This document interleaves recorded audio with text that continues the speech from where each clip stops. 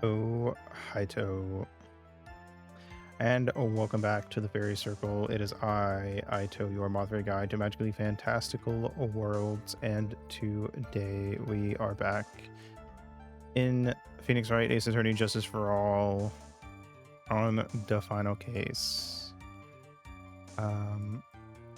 First we need to guess a game. So congrats, Nightfinger, being your first pupa, and hello, Zoli.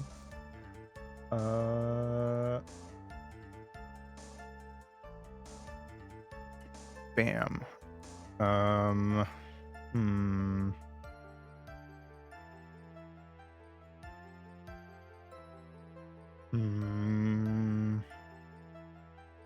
Not sure.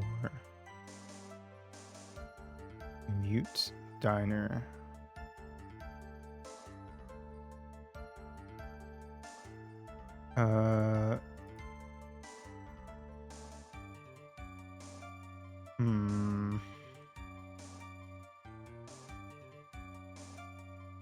with the sheep dancing one.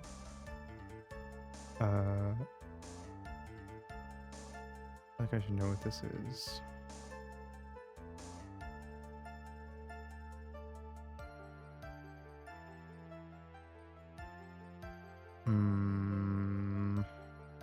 This Amazing Island?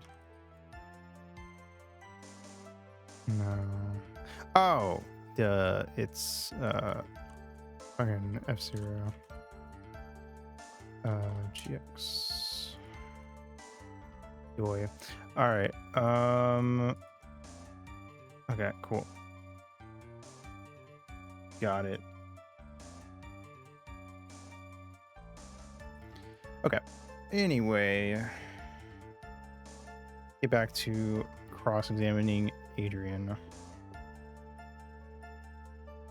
In the moment I saw the crime scene, I had a feeling that Matt was the murderer. Would you say that was your intuition speaking to you? Don't confuse my methods of reasoning with your own. If you want to prove that someone did something, you need 3 things. 3 things? A motive, an opportunity to commit the crime, and finally, decisive evidence. If you think these 3 things through, the answer becomes quite clear. You should have already known that, Phoenix. They didn't teach that to us in school, at least not from what I remember. May I continue now? Matt had to kill Juan, no matter what. So, would you say this need came from the press conference? Yes. Do you know why Juan chose that event in that hotel for the conference? Because that was when he could cause the most damage to the public's beloved Matt Ongard. And you knew of this plan, didn't you, Miss Andrews? Yes, because I was the one who set up the conference and prepared the costume. But I'm sure Mr. Ongard himself didn't know anything about the press conference. Oh, really? Can you show me any proof that he didn't know about the press conference? Anyway, the important thing here is that this information was not in your testimony. Yes, I agree. Miss Andrews, please correct your testimony if you please. Grasping at straws now, are we, Mr. Wright?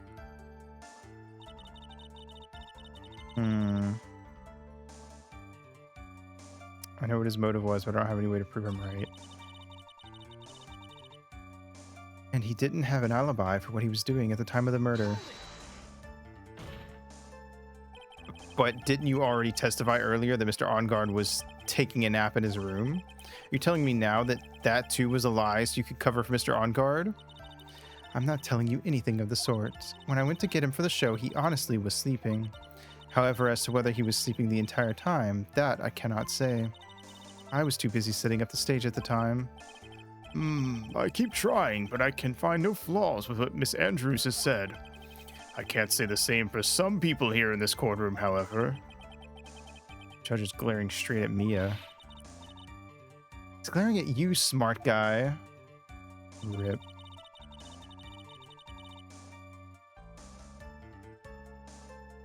The judge will say toothpaste and then boy. My thoughts were confirmed by the evidence, of course, the button and the knife. You can hardly call the knife decisive evidence. The fingerprints on the knife could very well be a clever camouflage. Then what about the button? The button? It's clear from the crime scene that the victim and his murderer fought. And during the fight, the killer ripped the button from the Jammin' Ninja's costume. You're talking about this button, correct? That button was found in the pleats of Matt's Hakama. Isn't that correct? I would think that makes it very decisive evidence. Looks like you were outfoxed again, Mr. Wright. Anyway, that knife doesn't prove a thing. Please fix your testimony. I can't stand the sight of a man who can't gracefully accept his defeat. Thank goodness Mia can still look at me. With an icy stare, yes. Miss Andrews, for Mr. Wright's sake, please add this information to your testimony. The button was torn off of Juan during his fight with Matt. But I'm Matt's manager, so I felt that I had to protect him. But what you really did was stab the guy in the back, didn't you? And at the worst possible time.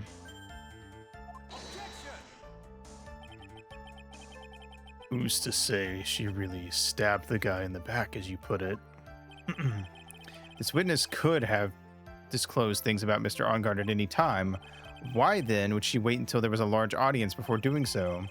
It's the same reason why Mr. Corrida planned such an elaborate conference. Miss Andrews wanted to cause Mr. Ongard as much damage as she possibly could. The witness bears ill will towards the defendant. This isn't the Phoenix Wright Wax Philosophical Power Hour. I love the Jimmy Timmy Power Hour. And please, stop slandering the witness. As I expected, Miss Andrews' testimony seems pretty solid. Really? Because to me it sounded a little wishy-washy. Wishy-washy? Well, I guess we'll see if I press a little more. You should know this by now, but you'll need strong, decisive evidence to make her talk. Got it, Chief. I'm gonna pin you down this time, Miss Andrews. Kinky. Which one is the third one? I don't actually remember, like, which is which. I've seen them all multiple times, so they all blend together. From the moment I saw the crime scene, I had a feeling that was the murderer. And what his motive was. He didn't have an alibi. Oops. Button was torn off during Juan during this fight with Matt, but I'm Matt's manager, so I felt I had to protect him. Let me check my evidence. Nickel Samurai, press conference ticket, radio transceiver, modest camera, magazine clipping, Jam Midnight Rendezvous, a superstar in an ultra-hot mega-secret love scandal. Reliable sources say that Juan Corrida has been getting in close with the mysterious yet beautiful manager to the stars, Miss A. A guide map, guitar case, wine glass, crime photo.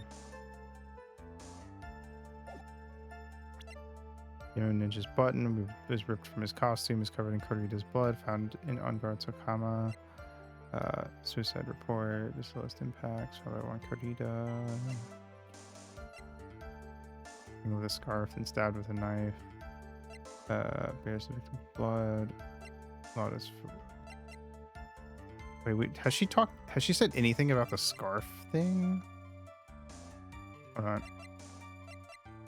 Well, I guess maybe she wouldn't. I just realized that hasn't really come up as much as you would think.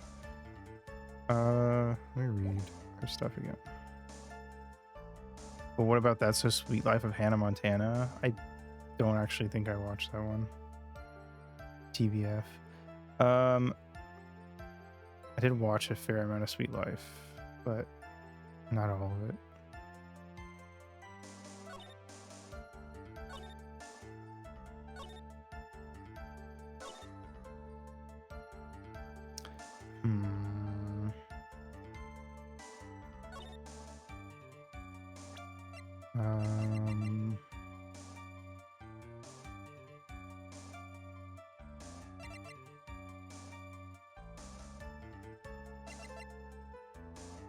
Missed out on a classic. Damn. She was all... Oh yeah, they did do fucking Wizards on Deck, didn't they? I didn't watch a single episode of Sweet Life on Deck. Let's see.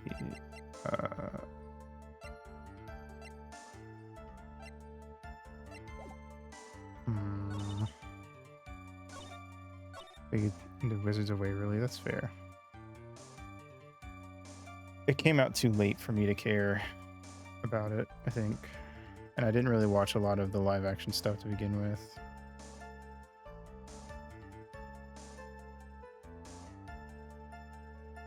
I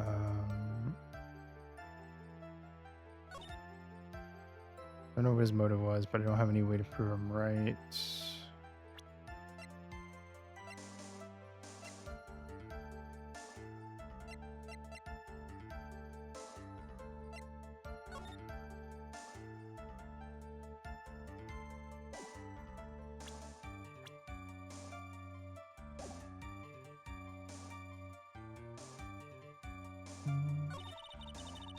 Alex, the main girl.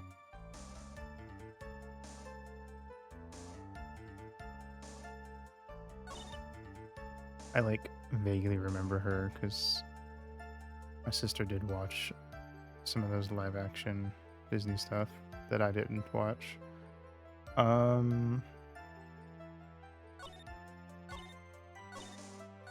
feel like it's gotta be this one about the motive, or it's gotta be something about the button, but I'm not sure which one.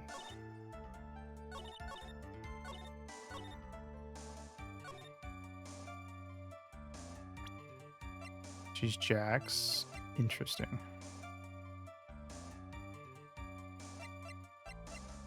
Strangle with a scarf and stabbed with a knife. Is that per... Wait. Why would they rip the button? I didn't even think about that. Why would they rip the button off after... Because if the button's covered in blood, you'd think that would be from the stabbing.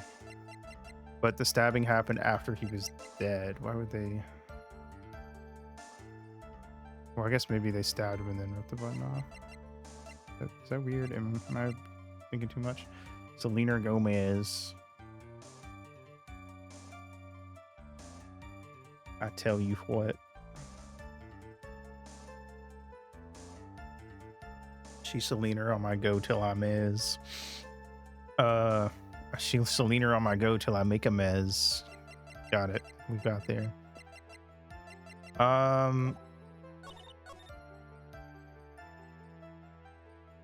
me save.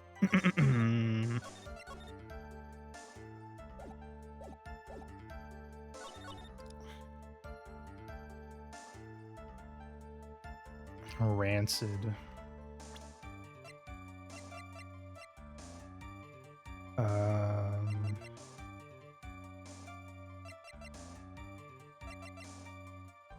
don't know if I'm onto something or not, but I feel like there's some. I feel like the button hasn't really come up, and now that it is, I feel like it might be important.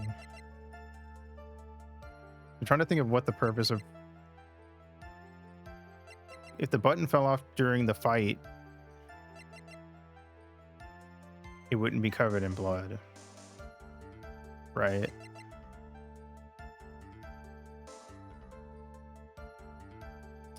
From his costume covered in blood.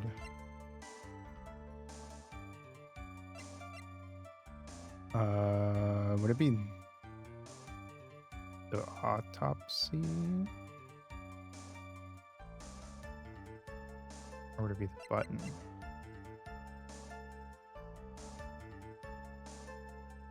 The autopsy, okay, the button says it was ripped from the costume and it says it's covered in blood. The autopsy specifically points out that the cause of death was strangulation with a scarf, which is why the button being covered in blood doesn't make any sense. So I'm going to assume it's the autopsy. This is the victim's autopsy report. It clearly states that the cause of death was strangulation by a scarf. Strangulation? The knife stab to the victim was done after the victim had already died. And what does that mean? Let's examine the evidence. This button has the victim's blood on it, which would mean that it was ripped off of the costume.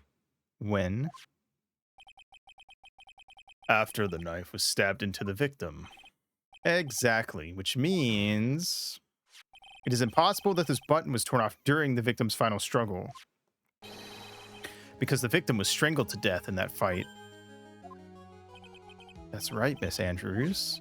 There is no way this button was ripped off during the struggle. This button was consciously pulled off of the victim's already dead body. Gotti. Order! Order! What is the meaning of this, Wright? So what if the button was torn off the body after the victim had already died? What does that change? Let me ask you one simple question, Mr. Edgeworth. Why was the button torn off? What purpose did that serve? What purpose? We now know this button was not torn off during the fight. I guess it didn't really matter what order I said no and now. So the murderer took the time and effort to purposefully rip this from the victim's body. That would mean that the murderer had something in mind, wouldn't it? Mr. Wright, does this mean you know what the murderer wanted to do with this button? What was it? To have him to the crime, to pin the crime on guard, almost to destroy evidence. To pin the crime on guard. There is only one logical reason for doing something like that. It was to pin the crime on Mr. On Guard.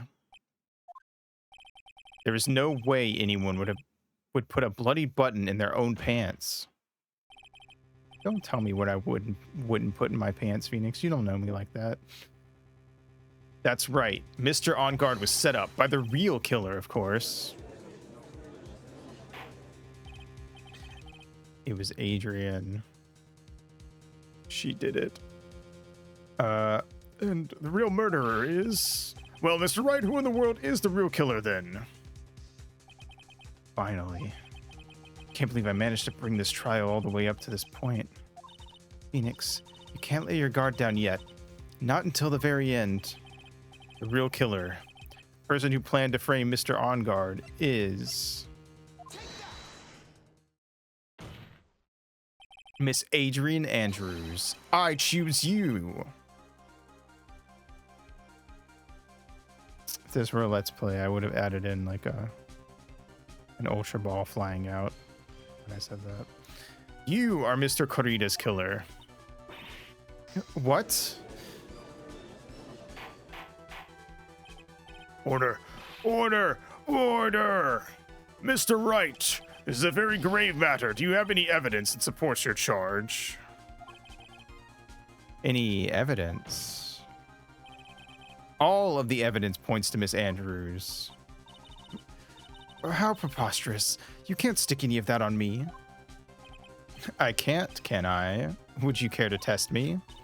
Then what about this knife? The knife was used to stab the victim after he had already been strangled to death. It was used to throw suspicion onto Mr. On Guard, naturally. A knife covered in the defendant's fingerprints could only be taken from his room, and the only one who had dinner with him and knew which knife to take was you. Then, what about the button that was found in Matt's Hakama? This button was removed from the victim's body after he had already died. The only people who could have done so were the person who found his body or the killer. However, if Mr. On Guard was the real killer, there's no way he would have put such incriminating evidence in his own Hakama. The only person who could have put this button into Mr. On Guard's Hakama is the person who went to wake him from his nap, which is you, yet again, Miss Andrews. I see. What about the empty guitar case? That is also another piece of evidence that incriminates Miss Andrews. That costume... Avert your eyes, chat. That costume was used to hide the real killer's identity as they fled the crime scene. Now, who could have known that there was just such a costume inside the guitar case? It could only have been the person who prepared the costume for the victim.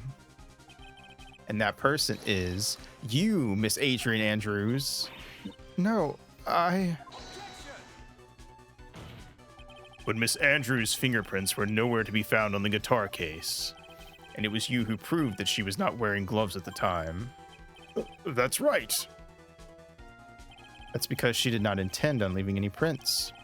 If anyone had found out that she had touched the case, they would have asked her why. So to avoid leaving any prints, she used a towel or something else to open it. But the glass of tomato juice is a different story. Miss Andrews purposely left her fingerprints on the glass to show that yes, indeed, she was the classic dazed discoverer of a dead body. And to top it all off, there is this photo. A photo of the killer as they exited the scene of the crime. No reasonable person on Earth can believe this Nickel Samurai is Mr. On Guard. He would be much too short for his own costume if it was him. Speaking of how tall people are, Miss Andrews, you're also kind of short in stature, are you not? But please, stop. Well, how about it, Miss Andrews? I've got her this time. Miss Andrews? I, I, I refuse to testify. What was that? There's a law. It says I can't be forced to testify about something if it can incriminate me. Ooh.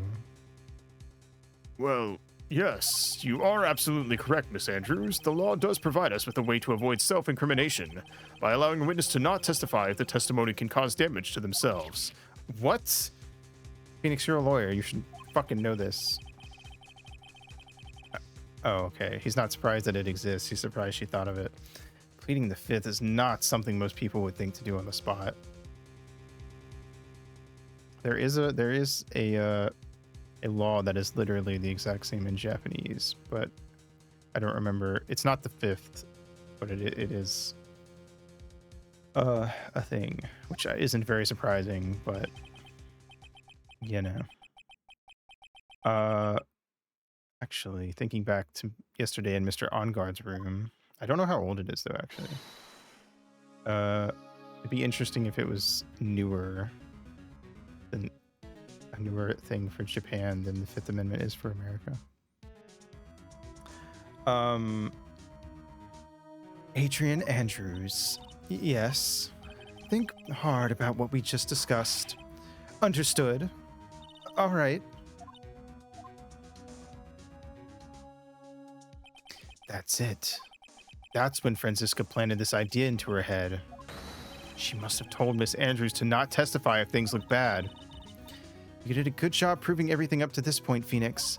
But there's still one thing you haven't done. Something I haven't done. What's wrong, Wright? Are you finished already? Run out of evidence?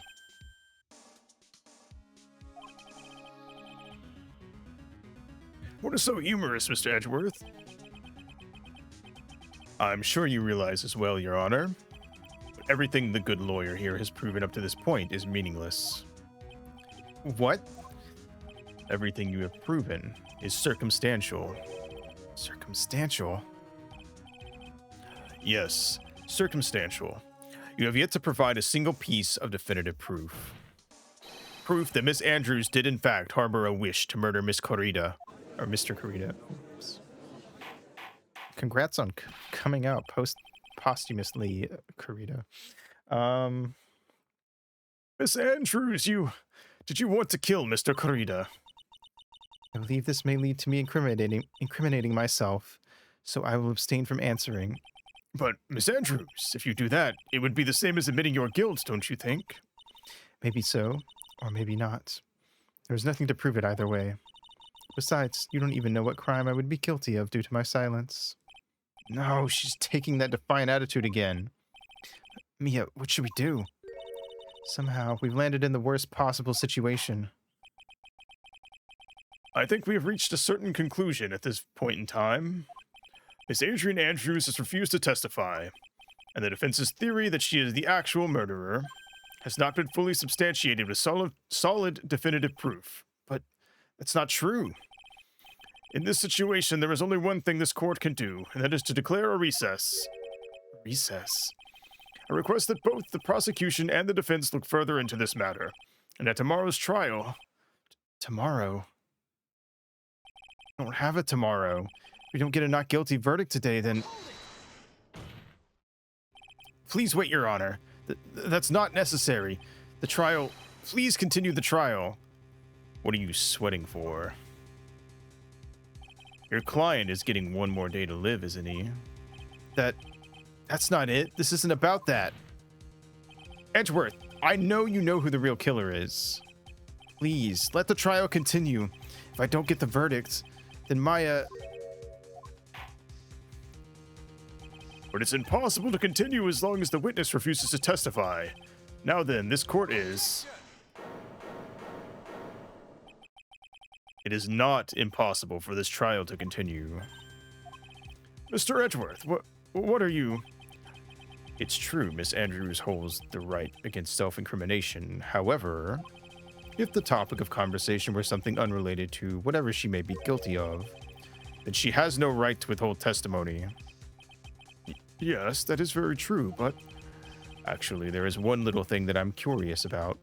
Miss Andrews, when you found the victim's dead body, you poured yourself a glass of juice.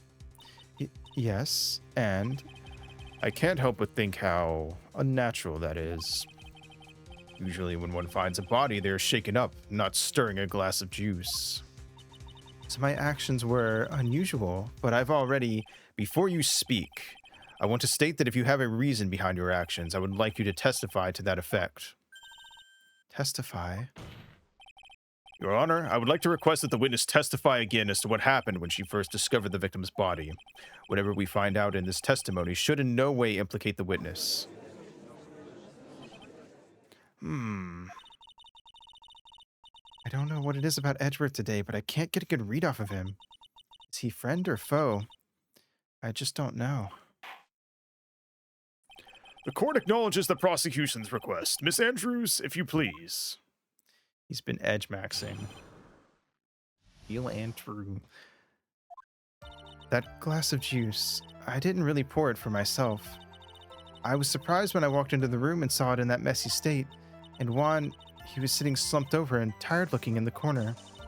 When I saw him sitting like that, the thought that he was dead didn't cross my mind. To be honest, I thought he had just fainted or something, so I went to pour him some juice. When I realized that he was dead, that's when I knocked the flower vase over. So you poured that glass of juice for the victim. Why didn't you say so in your earlier testimony? I didn't think I needed to include something so trivial. Phoenix, please be careful here. If you can't find anything wrong with this testimony, then there's nothing left. I know. Edgeworth, what the heck is going on in that brain of yours? Now then, Mr. Wright, you may begin your cross-examination.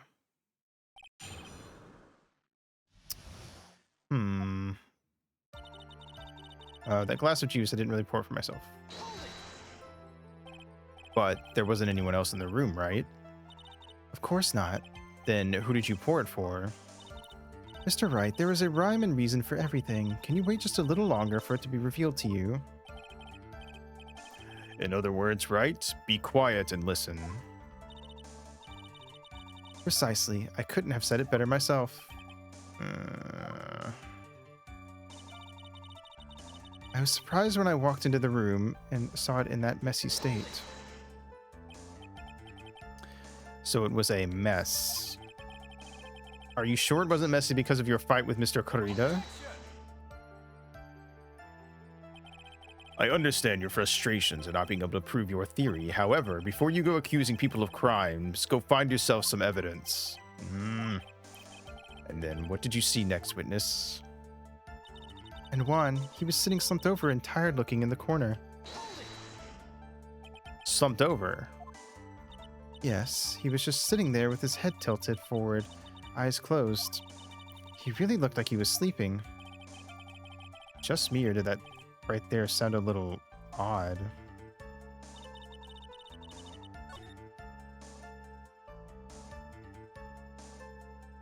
When I saw him sitting like that, the thought he was dead didn't cross my mind. Then, what did cross your mind? The thought maybe he had smashed everything up in anger because he lost the Grand Prix, and then felt tired after his rampage, so decided to take a nap. Anyways, that's what I thought. I see. So you didn't think he was dead at all? To be honest, I thought he had just fainted or something, so I went to pour him some juice.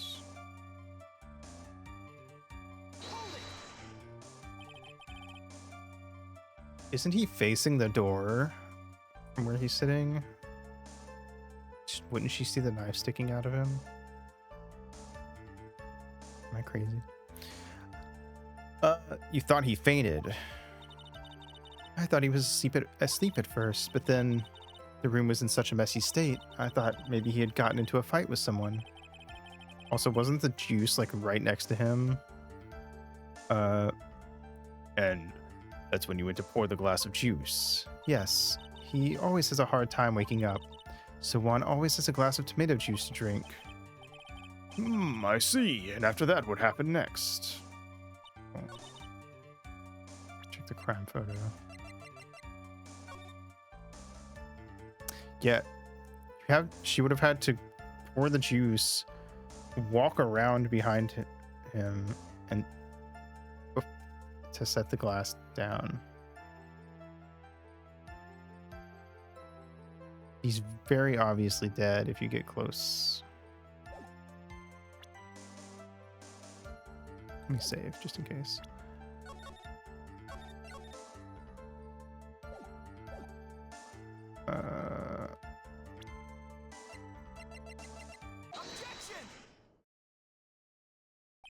So you honestly didn't think he was dead when you found him? No, not at all. Even though this is what you saw when you discovered the body? What is the meaning of this? Isn't it obvious, Your Honor? There's a knife sticking straight out of Mr. Corrida's chest. I was right. Anyone who saw this scene would have immediately thought that that here was a dead man. Well, you see, I doubt a single person in the world would mistake this for someone who fainted. And then so nonchalantly go pour something to drink. Your point is? Miss Andrews, your testimony just now, it was all one giant lie. And your lie has proven one thing very clearly, that you are the real killer. Oh, we got the yell. That's always a good sign. It looks like the defense has somehow brought the ugly truth to light.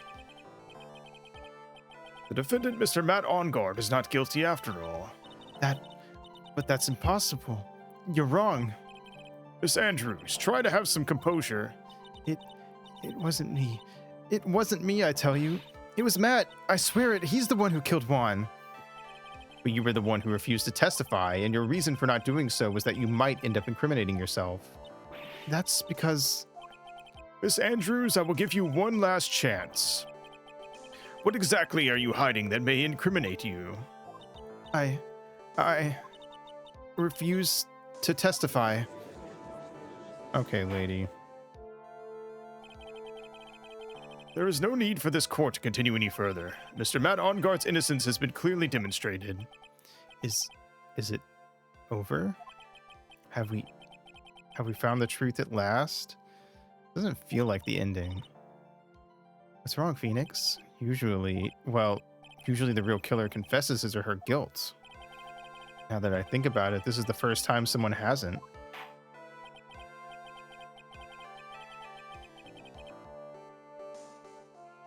Now then, I would like to hand down my verdict for Mr. Matt Ongard. Uh-oh. Your Honor, the prosecution feels that it would be premature to pass down a verdict at this time. What? The reason is quite simple. This witness has yet to speak the absolute real truth. The absolute real truth? What are you... Witness, don't you understand yet? Huh? I don't know who planted this silly idea in your head. But as long as you protect yourself through your silence, Matt Ongard will go free, and in his place, you will become the guilty party. It's like Mario Party, but with Guilty Gear characters. That's a lie. I don't believe you. What? I was told if I spoke, then it would be all over, and Matt would never be declared guilty. What in the world is she talking about? Has she lost it? I can't speak about it. I'm too scared. It's Franziska von Karma. Huh? Don't you remember, Phoenix? Miss Andrews lives by gripping tightly onto the words of another, because she doesn't have the strength to believe in herself. Then, right now, Miss Andrews is... Yesterday, she was tossed a lifesaver by Miss von Karma. Don't say a word no matter what happens. If you do, Matt Ongard will be acquitted. Miss Andrews undyingly believes in those words right now and is clinging onto them. Then what should we do? This is the first time I've ever come across anything like this. But Miss Andrews has to be the killer, right? All we have to do now is get our not guilty That's my only priority. Phoenix, she's a bottom. It wasn't me. I'm begging you, please believe me. I didn't kill Juan. Help, please. Someone, help me. Mr. Wright, Yes, Your Honor. the court can't continue on like this, therefore I'd like to hear what you intend to do. What I intend to do... What am I supposed to do? What am I supposed to say? Right, I suggest you think very carefully about this.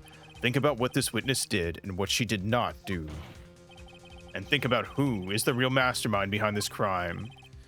Who's the real mastermind? Isn't that obvious?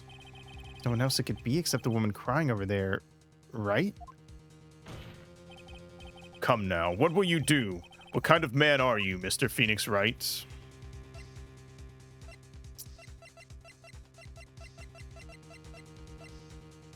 I'll take my not guilty, please. I'm going to assume we need her to testify. I have to win a complete acquittal today. There's no way around that. But I can't bring myself to do it like this. Not when she's making a face like that. Miss Andrews, I would like to know what you are really hiding. Mr. Wright, are you sure you know what you're doing? Sure, Mr. Oncard would get an acquittal, but in his place, you would be found guilty. Is this how you really want this trial to end? Be quiet. How dare you? You're trying to trick me. That's enough. I commend you for trying, Mr. Edgeworth. However, it's clear that the defense's theory is the truth. You're wrong.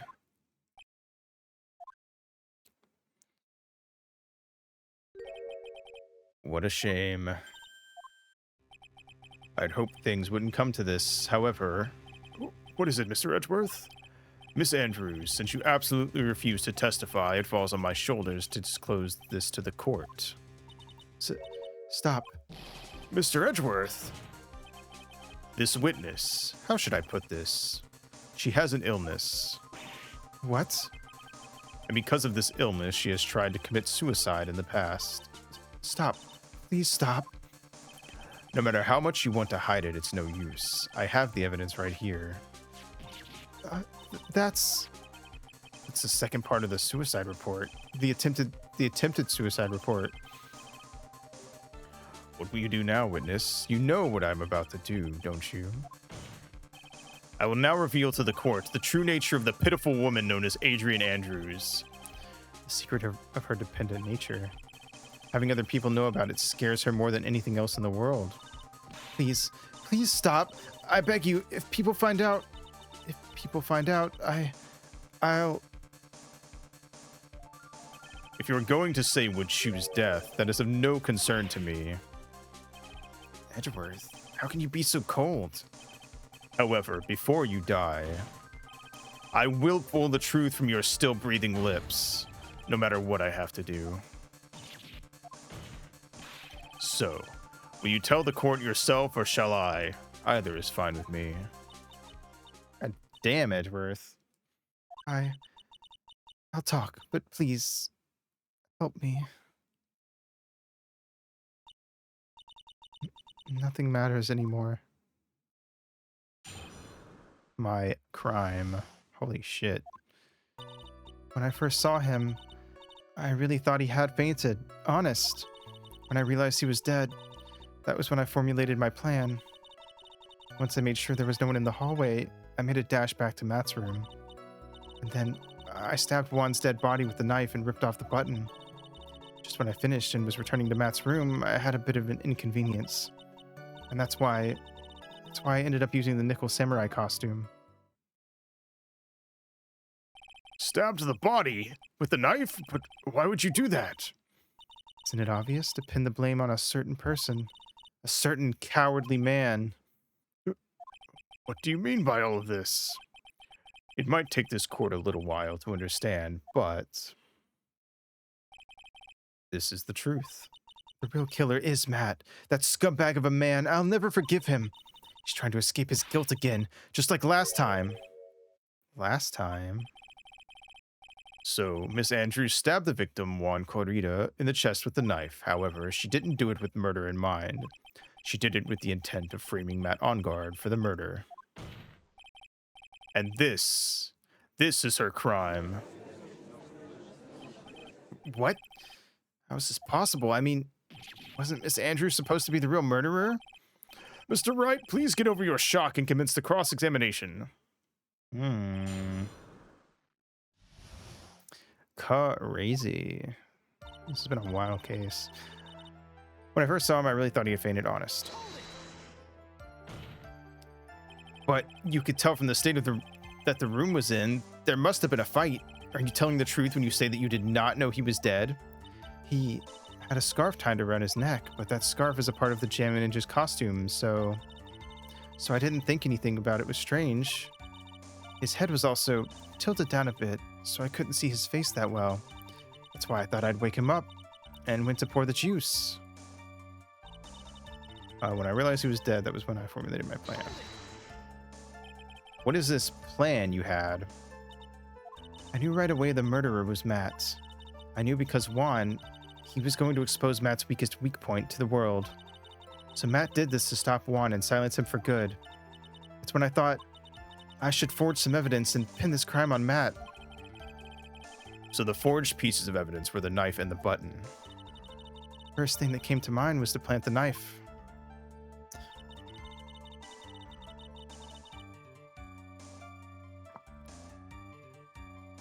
Once I made sure there was no one in the hallway, I made a dash back to Matt's room. That was so you could get the knife, correct? The knife Matt used at dinner had his fingerprints all over it. I thought if I used that, then the police would certainly turn their eyes toward him.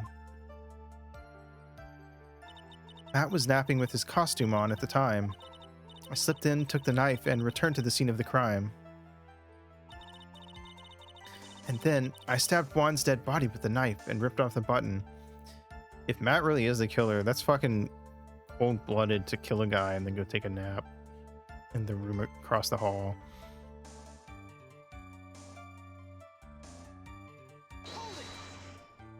So you were the one to stab the victim with that knife. Gives me goosebumps to think about it now. Wait, that was the X-Files. Shit. What a horrible thing I did. But at the time, I couldn't control my own body. It moved on its own.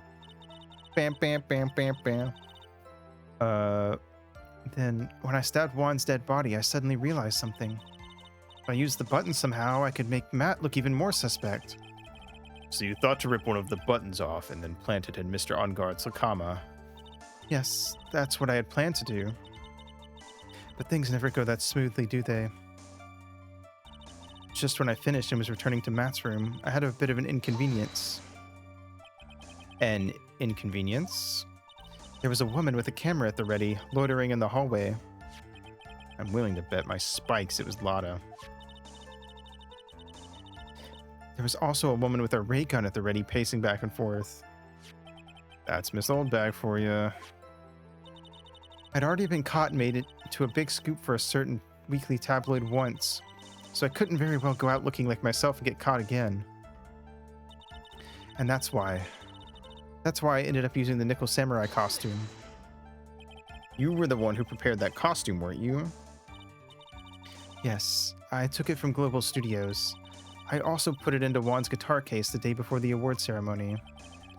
You did this in preparation for the press conference, correct?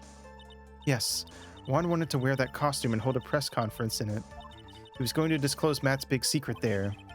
And what is this secret? That I don't know. Anyway, I thought that if I were to leave Juan's room in the Nickel Samurai costume, then people would think that Matt was the real murderer. I was very careful not to leave any fingerprints when I opened the guitar case. I absolutely did not want anyone to know about the costume. I think we've heard enough. So after that, you went back to Mr. Onguard's room and planted the button. Into Matt's Hakama? Yes. After that, I folded up the costume I was wearing and put it into a bag. Then I snuck it out of the hotel and got rid of it. My word, what does all this mean? Mr. Edgeworth, is it? The real criminal is Matt on guard. Yesterday, that woman prosecutor sat me down for a talk. Francisca, huh? She said that I should, under no circumstances, confess to what I had done. That if I just kept quiet, then Matt would be found guilty for sure. I had no choice but to leave it to believe in her words. What this witness has done is clearly unlawful. However, as long as her testimony stands, we can be certain that she is not the real killer. Oh, wait, Your Honor. The defense still... Right. It's pointless. At this point in time, it is not possible to indict Miss Andrews on anything. I think she has a type. She absolutely has a type. Yes, exactly. There isn't a single piece of evidence that points to her as the murderer. The cross-examination of this witness is over, and so is today's trial. You couldn't establish that the witness was the culprit. Please let it go, Mr. Wright. But... Mr. Edgeworth, please place Miss Andrews under arrest for further questioning. Understood, Your Honor. The prosecution will arrange for her detention immediately. That is all. Court is adjourned for today. I really hope Maya got out of that fucking wine closet. That's ominous, showing the chair empty. Today's trial. It's over. And I didn't win an acquittal. Witness, would you mind if I asked you something? Edgeworth? What is it? Before you leave court today, I wondered if I might look at one thing. The card in your hand. It's had my interest for quite some time now. What exactly is it? Oh, this? Mr. Wright also asked about this. Although I didn't remember at the time you asked me about it, Mr. Wright, I remembered just now. I found this in the room on that day. The room? That day? Yes. Oh. I found this card when I discovered Juan's body. It was lying there, right next to him. You found that card next to the victim's body? I suppose I must have unconsciously slipped it into my pocket. But it's not as if this card has any relevance to Juan's murder, right? Yeah, I guess not. It's still a strange card if you ask me. But as far as a clue to this case, I don't see why. Witness, that card, give it to me, hurry. Edgeworth? Do you have any idea what you have stupidly yet inadvertently done? This. I can't believe you hid this from me all this time. I didn't mean to. What is this all about? I've never seen Edgeworth so emotional before.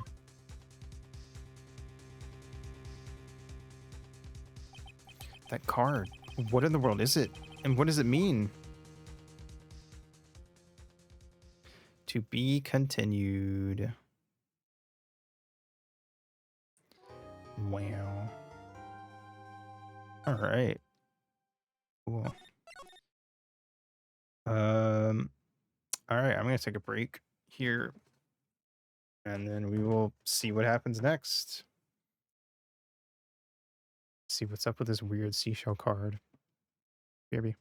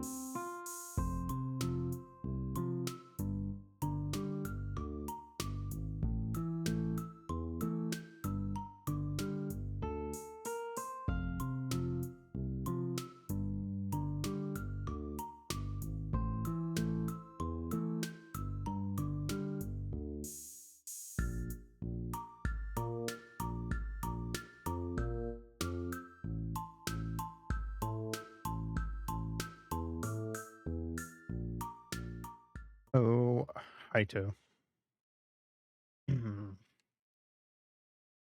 All right.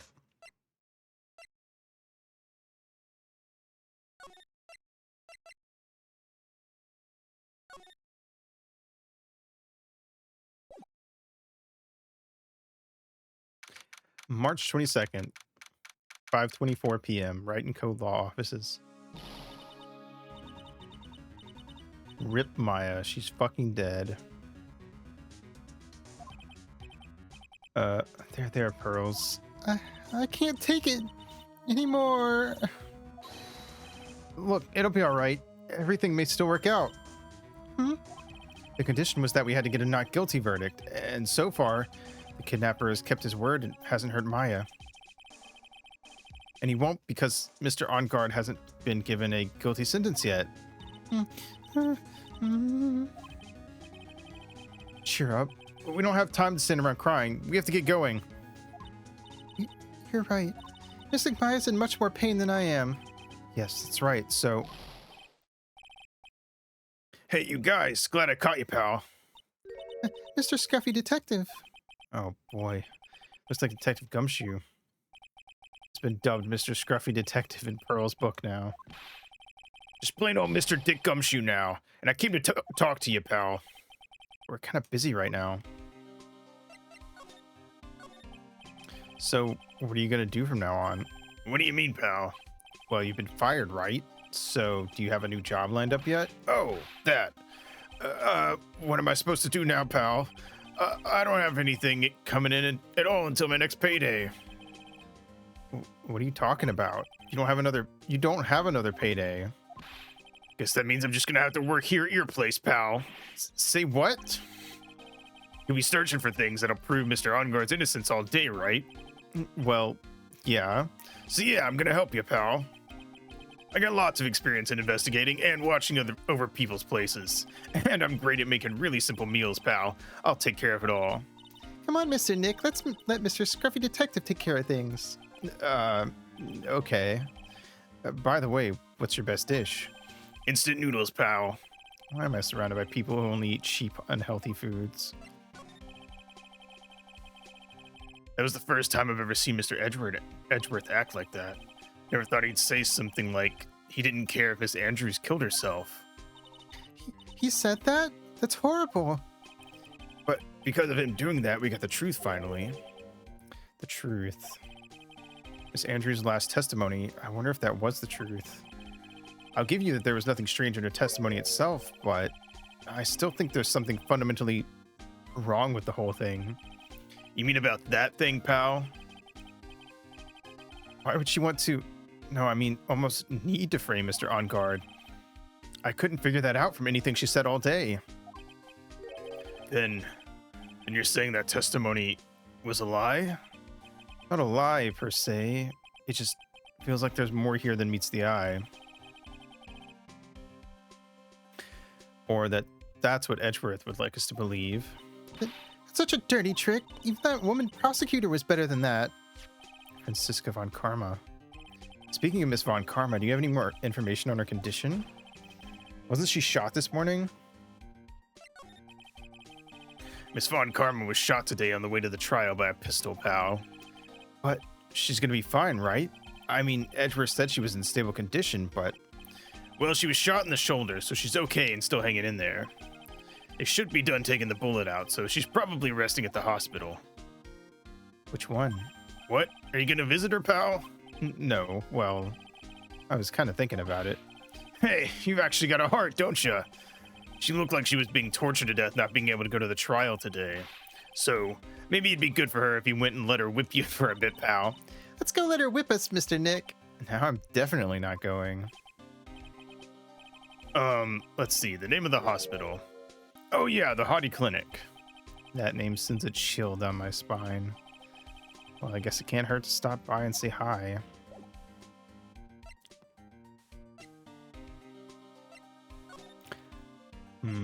Should we go straight there?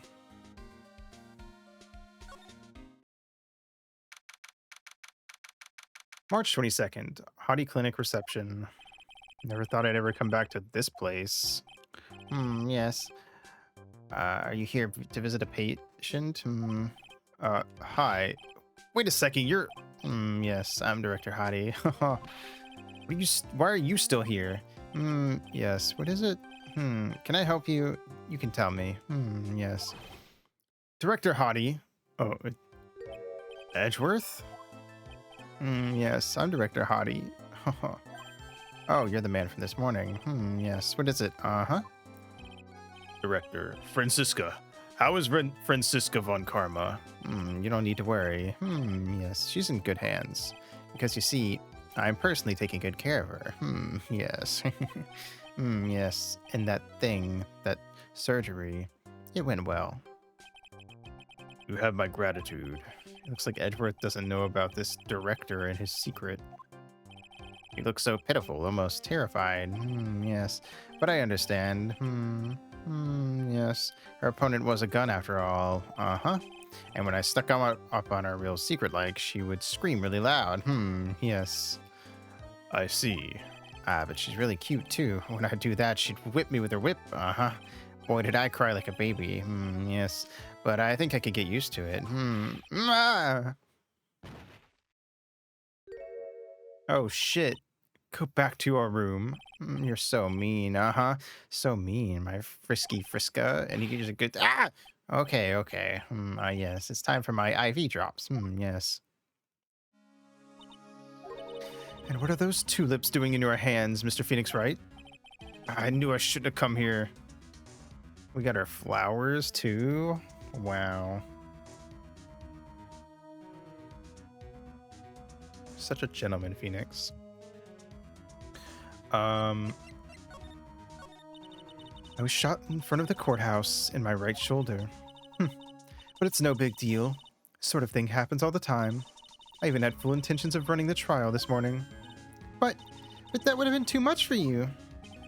There's no need to act tough in front of us, you know. Regardless, I was dragged here by that man over there. He was so unyielding, one has to wonder if he was simply interested in stealing my case. It was the only logical course of action, given the bullet was still lodged in your shoulder. But by taking over the case, I found myself having to clean up after you and that irresponsible deal you made. I think I know what deal he's referring to. Miss Von Karma, you made a deal with Miss Andrews yesterday, didn't you? I don't know what you mean. In order to make sure you got your guilty verdict on Mr. OnGuard, you told Miss Andrews to not testify in court today. I don't know what you're talking about. Do you have proof that I made such a deal? You're denying it? It looks like you were lucky, Mr. Phoenix Wright. If I had been in court today, this trial would already be over. All while hiding Miss Andrews' own crime? That isn't my problem. Whether she had tampered with the evidence or not, I have only one objective: to find OnGuard guilty of murder. The end justifies the means, Mr. Phoenix Wright. The end justifies the means. Miss Von Karma, Adrian Andrews believed you when you said, if you don't tell the truth of what really happened, then OnGuard will be found guilty. And what does that have to do with me? Because of that, she's now in danger of being found guilty herself. All because she believed in your words until the very end. That still has nothing to do with me. She's just a weak person, that's all. But you had to know she was... Ow! I think visiting hours here are about over, so if you'll excuse me... What's wrong? Why did she suddenly cut you off? Probably because she thinks I had the advantage in that argument. Edgeworth. What happened today at the trial, Edgeworth? That wasn't like you at all. I mean, I know you knew about Miss Andrews' condition. You could have made her testify as many times as you wanted, but to go that far... But she wouldn't testify about that until I said something. Listen, Wright, the courtroom is a garden of judgment. I'm putting myself on the line when I stand in there, and that's why I made the witness do the same. It's only natural. By the way, Edgeworth, you were really angry in court today. That's rare for you. Witness, that card! Give it to me! Hurry! Do you have any idea what you have stupidly and inadvertently done? This... I can't believe you hid this from me all this time. That card? What in the world is it? You mean this? Listen, Wright. This is top secret information. You absolutely cannot leak this. A special investigations team has existed for a number of years, but few know of it. I understand. The task is to find the owner of this card, a man called Shelley the Killer. And just as his name states, he is a killer, an assassin, the best at that. An assassin? Hmm.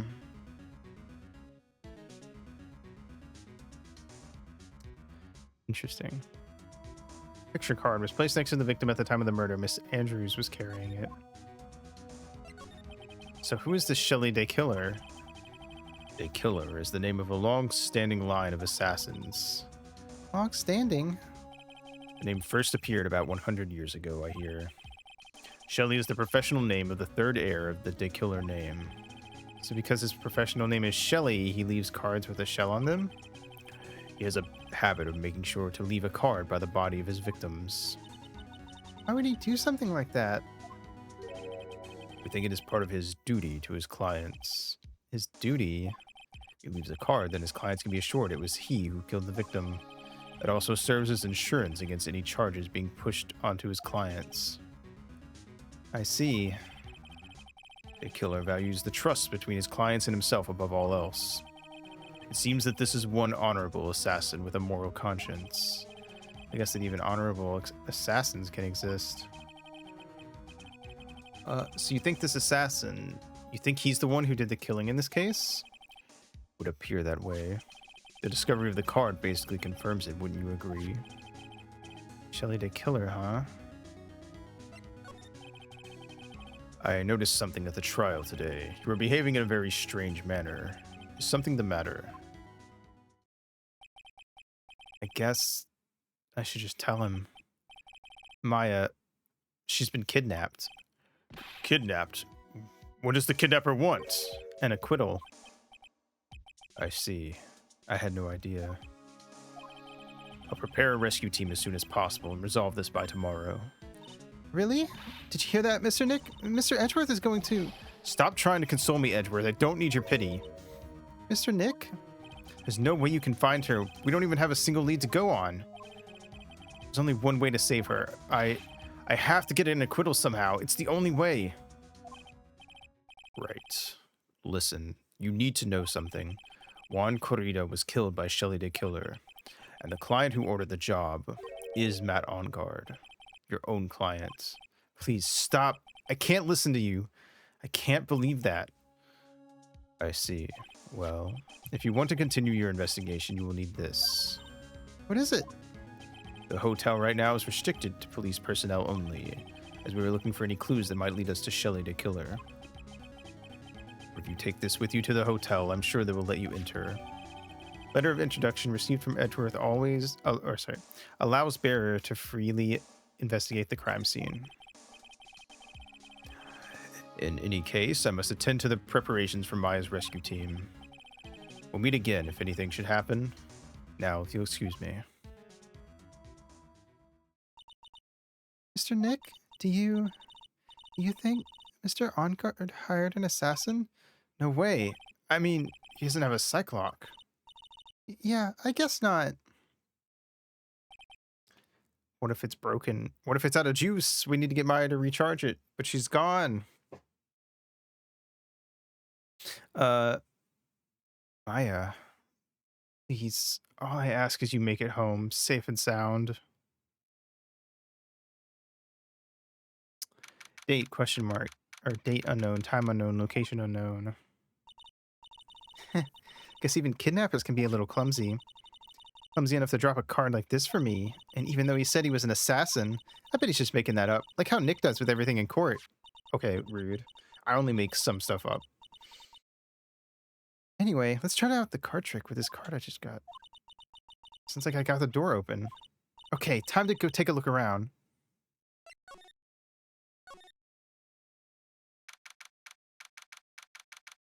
Meyer with the remote haymaker.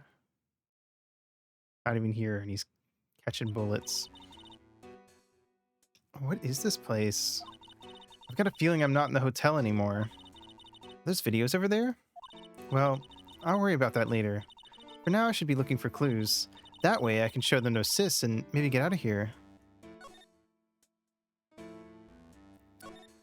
Wow, I've never seen a TV this big before. Now, where's the power button? Ooh, it's busted. I'd die so happy, or I would so die a happy samurai fan if I ever got to see Nico Samurai on a TV like this. Ah, I can't believe I just made a joke about dying, all things considered. What is this thing? An antenna, I guess? And this is a VCR? Sure are a lot of electronic gadgets here, but what is an antenna doing here? What is Mr. Antenna doing here? Oh, hey, it's a computer. I've never really used one before. I have no idea where the power switch on this thing is. Drat. There goes my plan to use this somehow to get out of here. There's a framed picture sitting on this coffee table. Isn't that the lady who killed herself? It's a picture of a woman. She's kind of pretty. Hey, looks like something's written here. Let's see. I think it says, with love, Celeste. I bet this could be a clue. That's weird. What's a figurine doing on a sofa in a place like this? I think it's a bear. Aw, how cute. But it's got a lot of cuts and slits on it. I wonder if it's some kind of puzzle or something. Do you think this puzzle bear would be a mini boss fight or an ally? It's so dark in here that I can barely see, but these kind of feel like videotapes. All of them. Just what kind of room is this? Locked, of course. It doesn't look like I can use the card to open this door. There's a little hole at the bottom of the door. If only I was a little skinnier, then maybe I'd be able to crawl through here. Oh, this simply will not do. I cannot have you wandering around at will. Ah! It seems that your Mr. Wright is truly concerned about you. He is? For now, I would suggest you remain cooperative. If you cannot, there are ways in which I can help you. Ways? You mean? Dead men tell no tales, is how the saying goes, correct? Dead? I'm almost certain I told you on our first meeting. I am an assassin. No way. You're lying. I mean, an assassin? People are not always who they appear to be. Nick!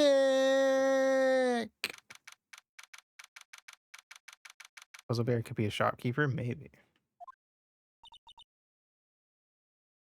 Mr. Nick? Oh, yes, Pearls? Got caught up in my thoughts about my situation. Mr. Edgeworth has left, you know? I guess for now I have no choice but to believe in Mr. On Guard. But I think I should listen to his story one more time. Alright, let's get going too. Okay.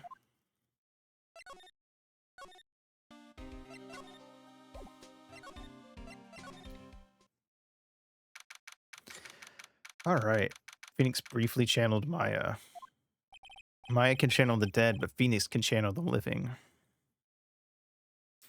I'm sorry, but visiting hours are over for today. I have too many questions I need to ask. I'm sorry, but I'm Phoenix Wright, a lawyer for one of the... You're Mr. Wright, you say? Oh, yeah, there's a message here for you. A message? It's from Matt On Guard. Here you are. What did he write? Is this something really important? I don't know. Well, let's see what it has to say. And Mr. Lawyer Dude, got something really important to tell you. Why do I feel uneasy all of a sudden?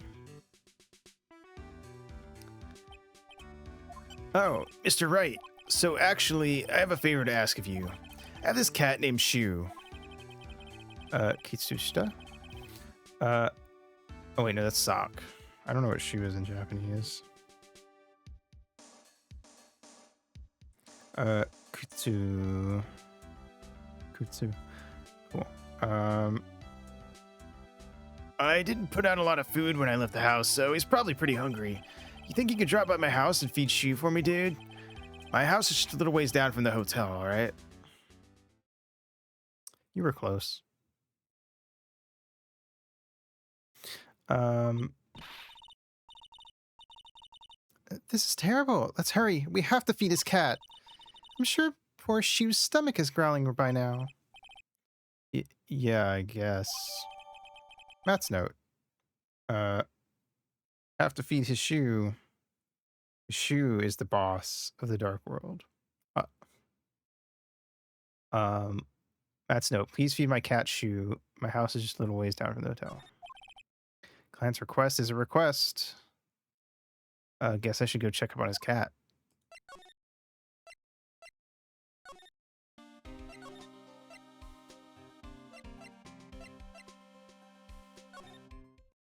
I should name my Shu cat and my cat Shu.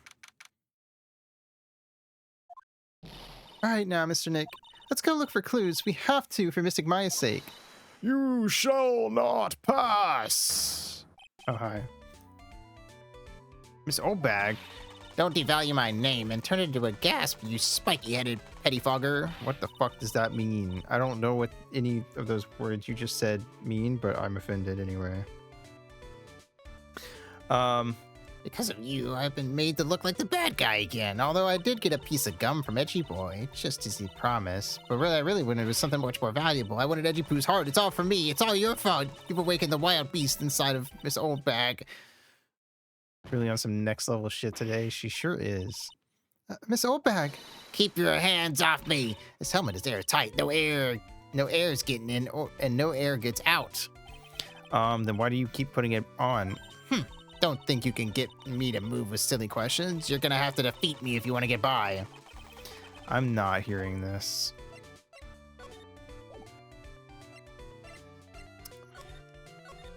Huh. You're a million light years too early to be asking me questions, whippersnapper. Looks like the only way I'm going to get any investigating done is first do something about this kooky alien.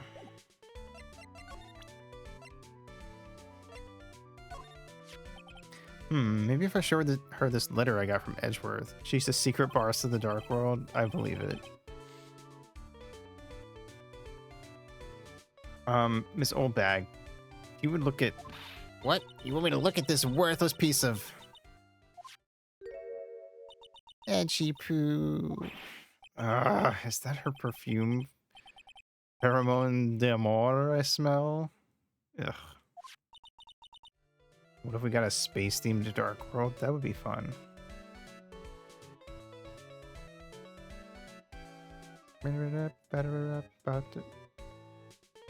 Well, I was gonna say somebody with a bedroom who's got a lot of space-themed stuff. Susie's idea: fling Chris so hard that they fly into space, and then Chris stabs space.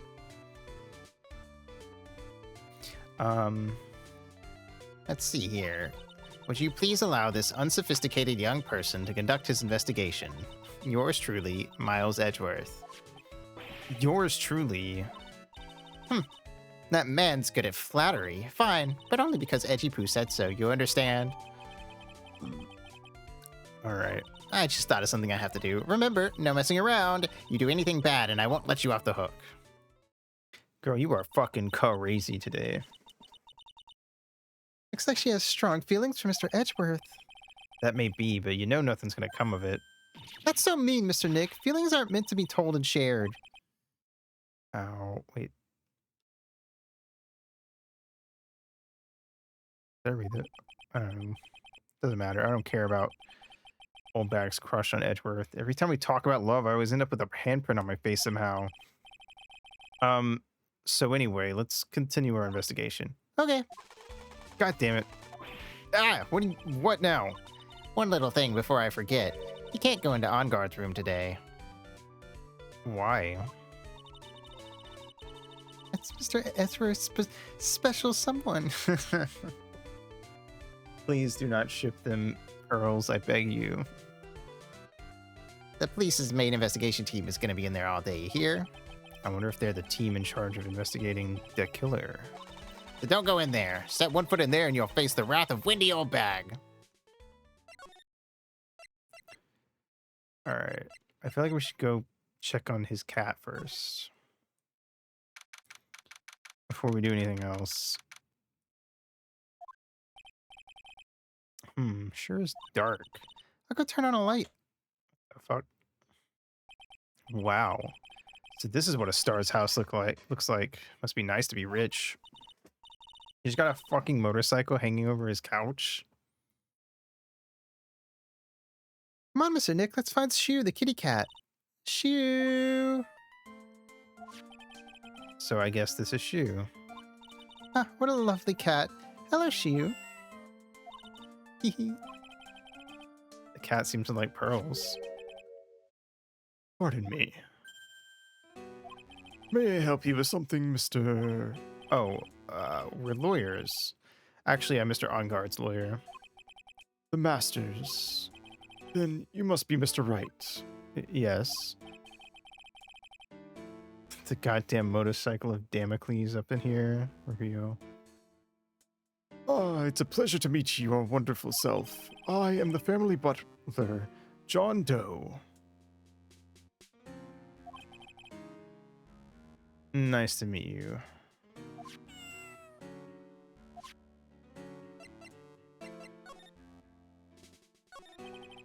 You must know all sorts of things about Mr. Onguard, right? Honestly, sir, I don't believe my master is capable of such a foul deed as murder.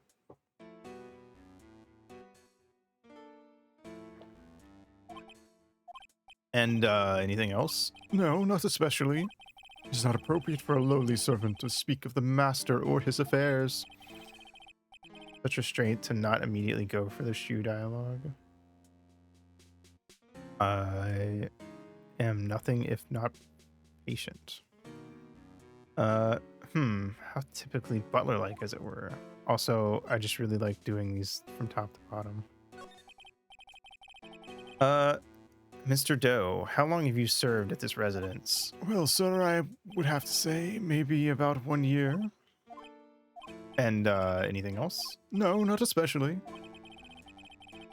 He's a butler. He buttles.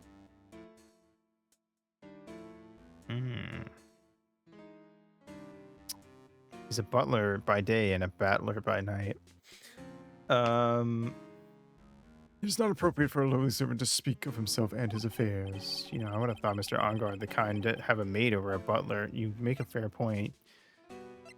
I mean, we already know who this guy is, so whatever.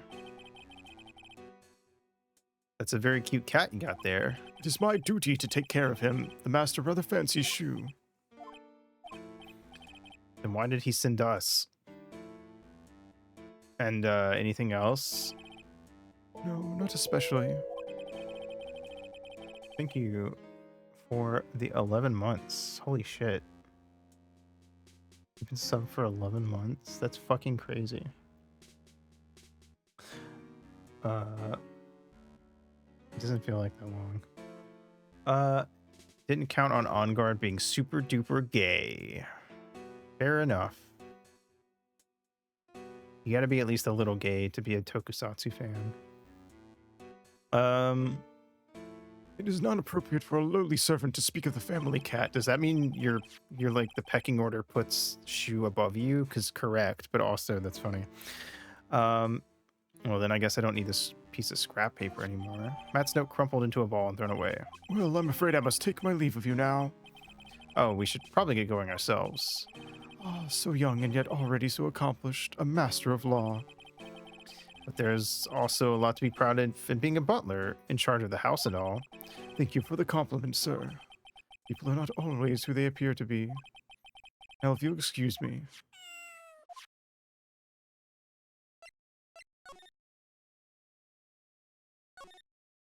Oh, there's a giant cooking hearth here. That's actually a fireplace. How are they different, Mr. Nick? You know, I've never actually seen a hearth before, come to think of it. You should come and visit Fey Manor then. I'll show you one when you do. I'm sure we'll go back in a different game. A giant bicycle is flying through the air. That bicycle, Pearls, is one where you don't have to pedal and it moves on its own. Really? Wow. But sorry to disappoint you, it can't fly. Oh, that's too bad. Very comfortable and spacious lounge set. I wonder if famous stars drop by and sit around and have a good time. In any case, I don't really belong here, do I? What is with me and feeling inferior today? Great question, Phoenix. There's another door over there. Shouldn't go wandering off over there, Mr. Nick. Yes, Pearls. Now I know how Maya feels when I tell her to stop playing around. There are masks here. Yeah, that one in the middle is the Steel Samurai. The ones next to that are the Pink Princess and the Evil Magistrate. They fought many battles against the backdrop of Neo Tokyo. Wow, you really know a lot about the Steel Samurai, Mr. Nick. I don't know whether to laugh or cry that I know more about that show than a kid. There's a small door at the bottom of this bigger door, Mr. Nick. I bet it's for Mr. Ongar's cat to use. Oh, you mean Shu? The door. It's locked tight. Well, I guess that's to keep nosy people like me from entering it. Yep. All right.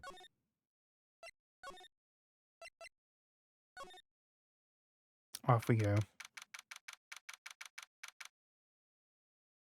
March 22nd, Gatewater Hotel, Viola Hall. Looks like we're the only ones here. And yet, the hotel seems so busy somehow. Probably because the police team is scouring for clues about their killer.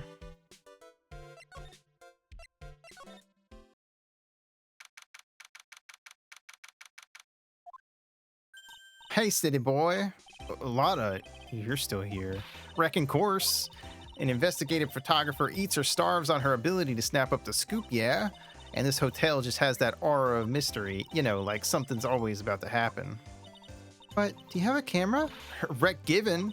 A photographer's gotta have cameras out the ear like corn to be a real pro, you know? So I'm hanging around here. Speaking of cameras and feeding the mouth, do you have mine, you bread thief?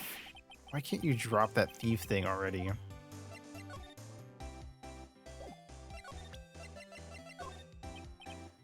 Oh, I genuinely thought we were gonna have to present it to her to give it back. I want to ask you about the night of the murder. What? You're really gonna shell out the bucks for the info I got? Lotta, you were loitering in the hallway of the night of the murder, were you not? Well, kinda, but brace yourself, Phoenix. Here it comes. I didn't exactly hang around here the entire time, you know. Followed a few stars around, got a few autographs, shook a few hands, had a soda pop with a few of them too. Looks like she wasn't here the entire time that night. Security lady also wasn't in this hallway the whole time either. I guess this means there's no one who can tell us who came and went that night. So about the note that was inside your camera case. Oh, that ditty I wrote? Yeah, can I believe what you've written? I mean, the stuff about Ongar shoving his manager lady onto Kurita? Yeah. Well, I reckon you best not be believing that. What? Look, I sort of wrote that on a whim, you know, writing whatever came to mind. Whatever came to mind? Yeah, when you get down to it, it's just a lot of random bull dooders. Hey, what's with you? Why are you staring at me like my grandpa used to? Hey, why do you look like you suddenly got older too? Or am I just shrinking here?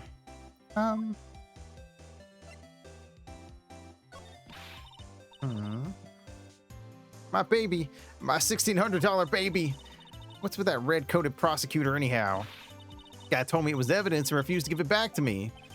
Well, it's kind of how it is. Hey, you're that redcoat's friend, ain't you? So put in a few good words for me and get my camera back. You want me to do what? Listen, nag the guy real good for about 5 hours and I guarantee he'll give it back. Why don't you do your own dirty work? Well, I reckon it's time for me to get going. Tabloid photographer without a camera is just a tabloid, huh? Yeah, I guess so. Keep yourself together out there, you hear? I'm coming to see you in court tomorrow. Okay, I'll see you then. And you too there, little one. Keep up the good work, okay? Okay.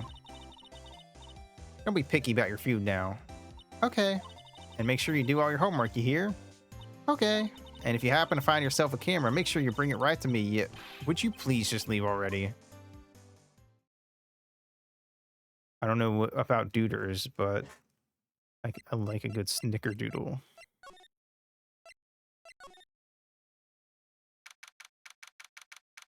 All right. It's the bear room. Who is moaning? Mr. Nick! What is that otherworldly, ghastly moaning? Ooh. Ooh. I hate evil ghosts. Oh, God. We're being haunted. I don't think it's a ghost. Maybe it's a demon? Oh, what the fuck are you doing in here? Excuse me, watch who you're calling a demon brat. Ah! Zoinks! It's the alien! Zoinks, Scoob! Who you calling an alien? Oh, it's just you, Miss Old Bag. What are you doing here? What is wrong with youngins today? I came down here to pay my respects to poor Juan, and you're disturbing me. She's literally everywhere. She's instant teleporting around. She learned instant transmission from Goku. Oh, Night of the Murder. Please talk to me about the Night of the Murder just one more time. I talked about it plenty at the trial. I was fooled, tricked, deceived by that fraud of a photographer and her note. She was loitering around here with that imbecilic look on her face. She should get her own spin-off game like how Tingle did. And then get a sequel that doesn't come out in America. With that imbecilic look on her face. Oh, with that imbecilic look on her face. Okay, got it. Now, hold on a second there, you little pipsqueak. You're gonna take notes, at least make me sound better than that. Oh, all right. No, I've seen everything. But, you know, I was working that night too, doing my job, minding my own business, so it's not like I had time to waste standing around here the whole night. I was wondering if you could tell me a bit more about Mr. Corrida. He was the most popular star, you know, especially where it counts in my book. But I heard that he was lagging behind in the polls against Mr. On Guard. Well, that's just a recent thing. Bad luck and all, you know. But he was going to become an even bigger star than he used to be. Look, just look at this mountain of presents. It's a show of the mountain of feelings all his fans had for him. Why do I feel like you got him at least 3 of these? Yeah, the mountain is pretty big and certainly nothing to shake a stick at. Mr. Nick? What is it, Pearls? Presents. They're all bears, right? She's got a point. There isn't a single thing here that isn't a bear. All of Mr. Corrida's presents from his fans seem to be bears. Oh, that's because you can't think of Warren without thinking about bears. Bears? Why bears? You don't know? When my dear Juan was training, he fought bare-handed with a bear. He refused to give in and let the bear win. But after the fight, they became friends. Wow, what a heartwarming story. Look, it's just like in those young people's dramas. I can see those two tuckered out. Down by a river going, you sure can fight. You too, bub. You too. Did all that really happen? It's in his biography, bub. What a load of crock. So, ever since then, fans have been giving him bears as presents. Yeah, nice. Bears. I'm Uncle Bear, and I say it's barely 8 o'clock. What is that infernal racket? She's read the Bear Yowie. Berry on Ice. It's one of the presents going off. Sounds like it's already 8 p.m., way past your bedtime. That startled me. I thought I was going to die for a second. 8 p.m.? That's the time when the award ceremony ended that night, remember? Time sure flies.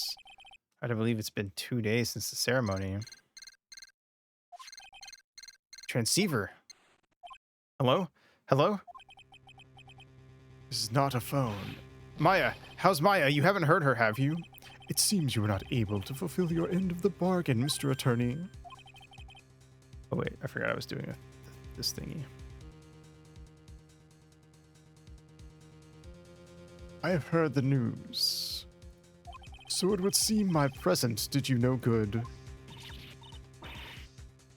No, Mystic Maya! Mystic Maya! One more day. Please. All I ask for is one more day. I'll get a not guilty verdict for sure this time. Please. I suppose if I must. I need that acquittal more than anything else, after all. Please. Please let Maya say something. I want to hear she's all right. Oh, all right. Then a little. What is with this static all of a sudden? Hello? Hello? It seems bad. Connect. Damn it. Did the transceiver just suddenly break? Excuse me.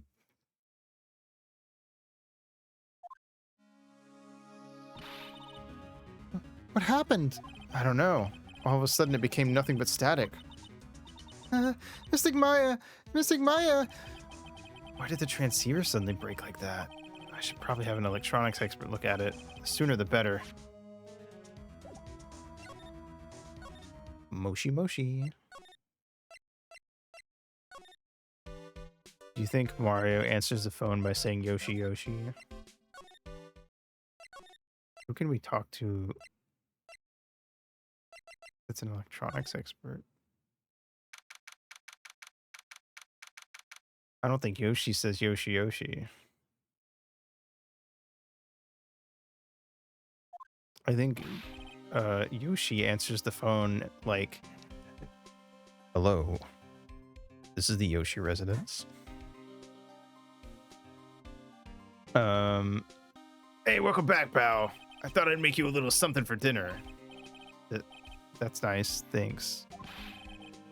A rich man's luxurious full-course meal. Out of a can, that is.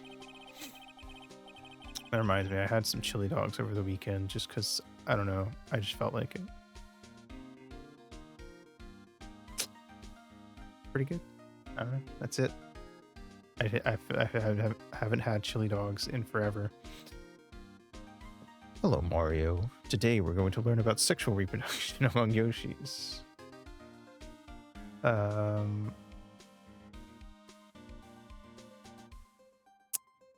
Assuming that Yoshi's hatched from Yoshi eggs that are made from eating things, then that means that Yoshis are asexual.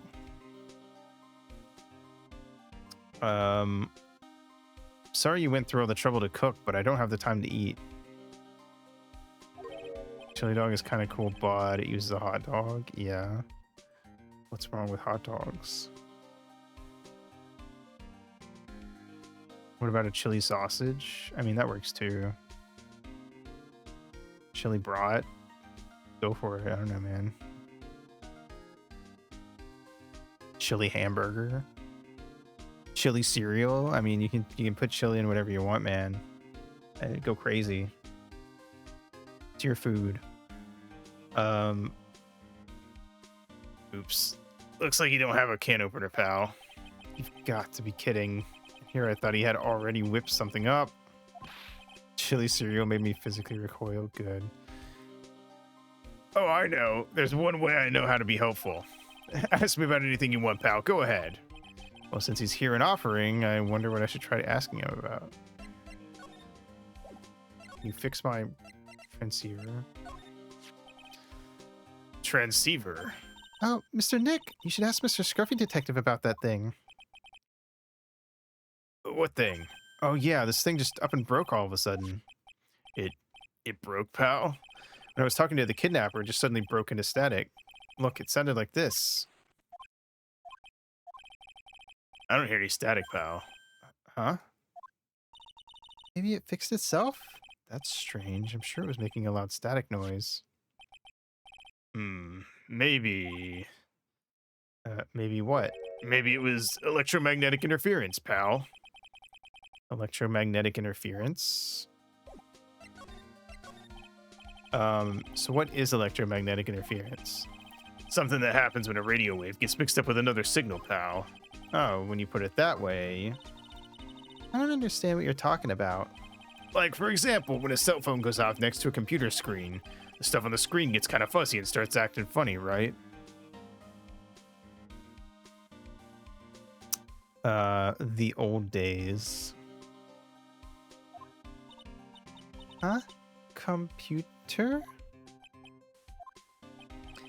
It's like when you use the dryer next to the TV and the screen starts looking weird.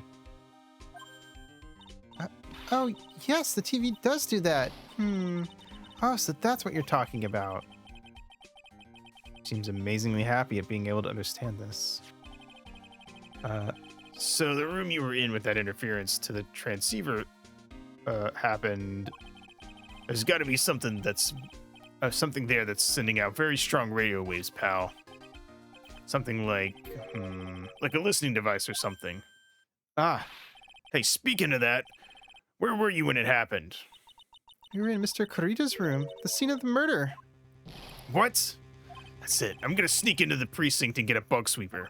I'll meet you at the crime scene later, all right, pal? Oh, wait, Gumshoe. Oh yeah, baby, it's investigating time. I'm on fire, pal. My fingers are itching to go. Yeah! Just putting the dryer next to the TV.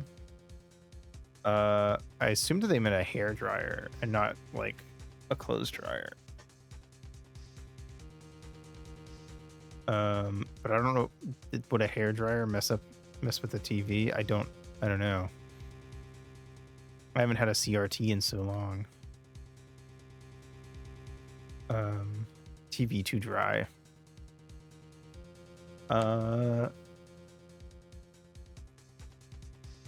We should be going too, Mr. Nick. All right, let's go. Well, you know what they say about Tenna. He's never glooby. Did I see the fanfic? Is that what you're gonna ask? Yes.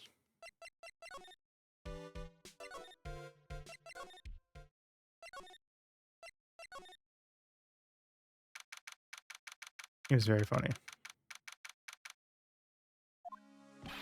That was fast.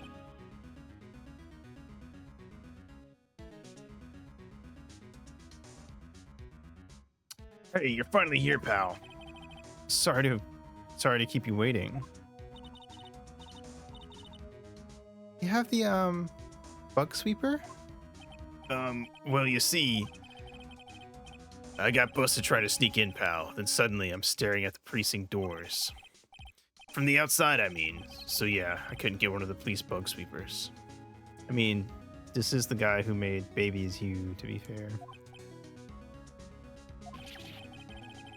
What do you mean you couldn't get one? We need that item.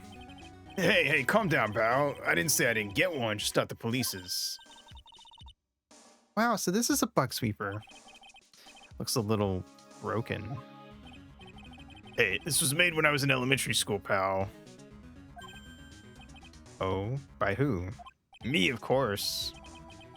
Next chapter will be in hospital and they will do a pregnancy-themed musical. Oh no. Asgore knocks up Rudy. In the dark world. Me, of course. Seeing this sure brings back memories. Hey, don't look down on it, pal. Sure, it looks a little beat up, but I put my heart and soul into building this puppy here. It's not a puppy. Your heart and soul? It'll work. Trust me, pal. It'll do the job. But you can't set the sensitivity. So it's gonna beep at anything that gives off electromagnetic waves. Isn't it better that way? Well, anyway, since I brought it all this way, might as well give it a whirl, right, pal? I'm getting that sinking feeling again. Okay, now I'll tell you how to use this baby. There's a listening device or some other sort of bug hidden in this room, pal. So we're gonna find it, right? Right. Now, first, let's turn the sweeper on. Next, move the sweeper around to give the room a real thorough look-see, pal. The sweeper will let you know how strong of a signal it's picking up, so keep an eye on it, okay? Once you find something that's giving off a lot of radio waves, press A to lock onto it.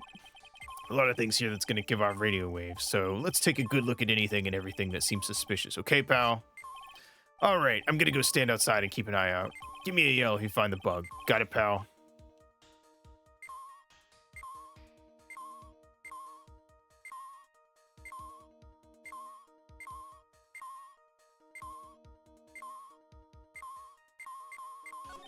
Lamp, check.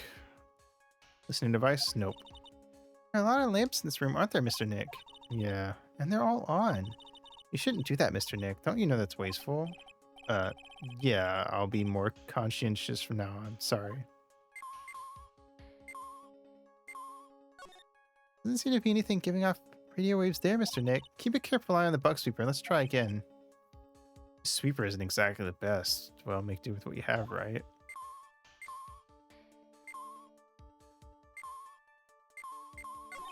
Lamp check, listening device, nope.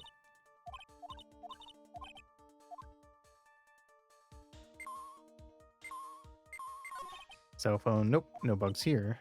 A cell phone? What? Don't tell me you don't know what a cell phone is. I'm sorry, I've never seen one before.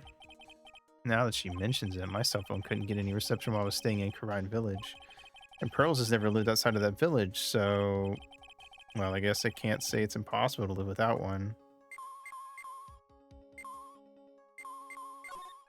The radio's on and playing something. Oh, it's Kids Question Corner. Professor, why is the Earth round? Yes, why is it, Mr. Nick? Why don't you listen to the radio program a little more, Pearls?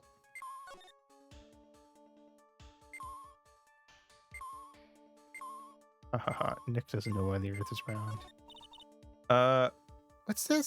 It's a small video camera. No listening device in this gizmo. Everyone's trying to make everything smaller and smaller lately, aren't they, Mr. Nick? But it seems like. But I want to grow bigger and bigger. Well, eating only vegetables isn't going to help you there. You have to eat meat, too. Plain old calculator. It says 50 on it.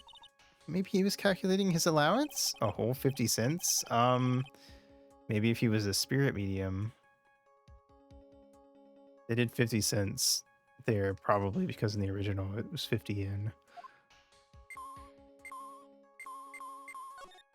Wow, there's a really delicious loaf of bread in here.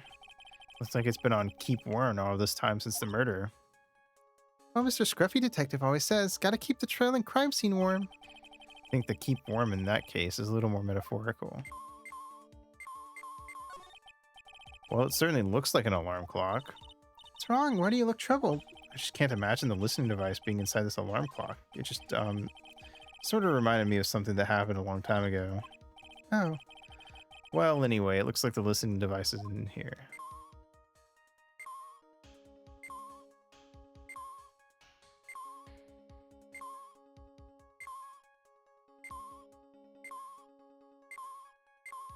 Can you blame him?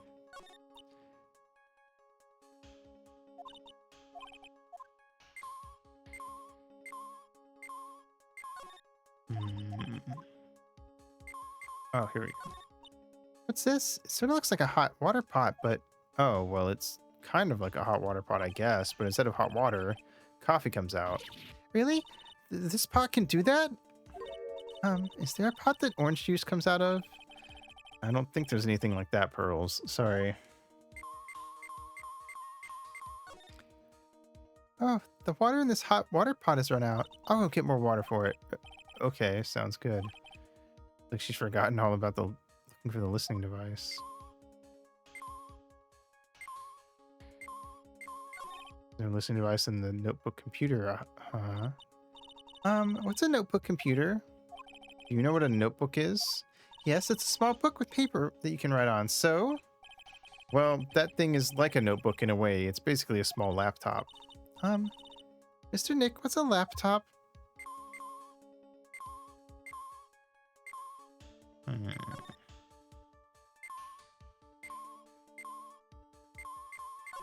Don't really think the listening device is in the TV of all places. It's too baby. And too, sheltered. Looks like the TV was left on and now it's showing an old samurai movie. Yeah, this channel plays all sorts of international movies as well as domestic ones. You know, every time I watch one of those old movies, I always think, wow, these Japanese stars are really good at English. Yeah.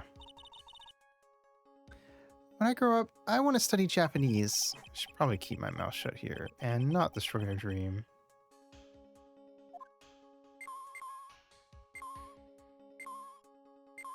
Where's this?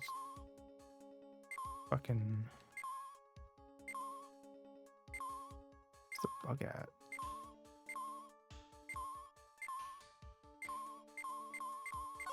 Well, the listening device isn't in the air conditioner. Yuck. This air filter is covered in dust and dirt. Yeah. Come on, Mr. Nick, let's wash it. I wonder if being a neat freak makes even the tiniest dust bunny look colossal. What? Oh, nothing. Well, the phone is the most common place for a listening device, I'd say, but let's take the receiver apart first before we get ahead of ourselves here. Wow, you know a lot about electronics, don't you, Mr. Nick? Yeah, I know a ton. I know tons, especially when it comes to taking them apart. It's my specialty. I'll leave the fixing part up to Gumshoe. So, is there a listening device in there? No, and I really thought it had to be in the phone, too. What a lovely bear. This must be one of those fancy bear-shaped toy robots. It's a robot? It's a real robot? Yeah, it's a real one. Mr. Nick. Yes? How many horsepowers is it? How many horsies? Horsies? Well, look, it's a bear, so,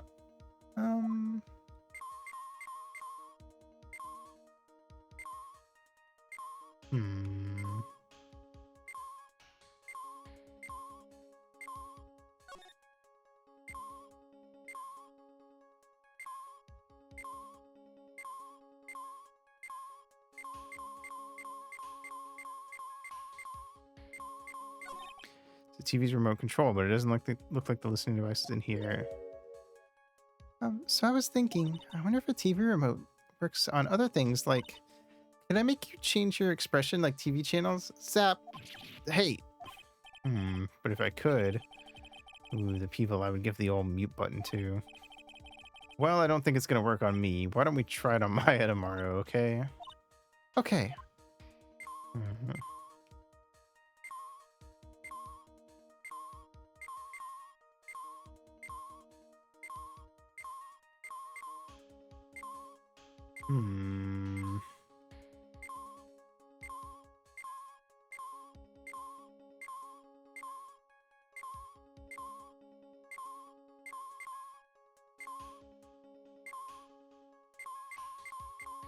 No idea where this listening device is at.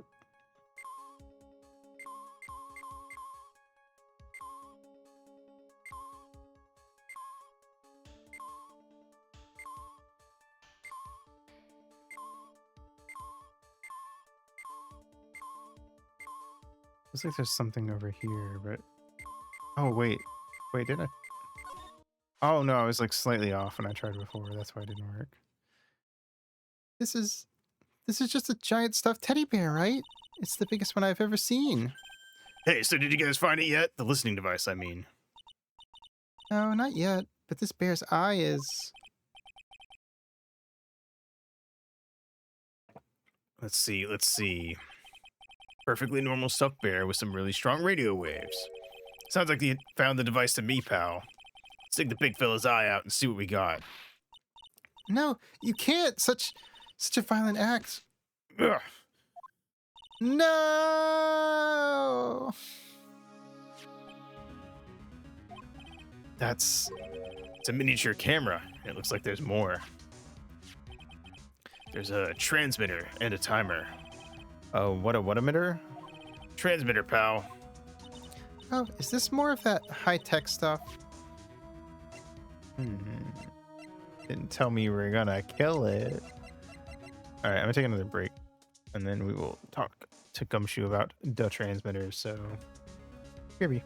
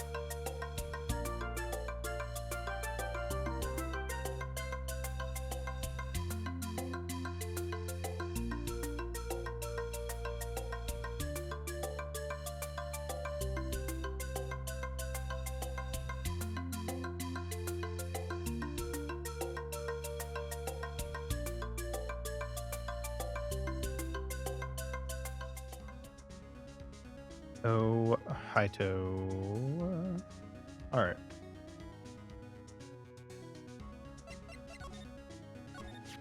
So this tiny thing is a camera.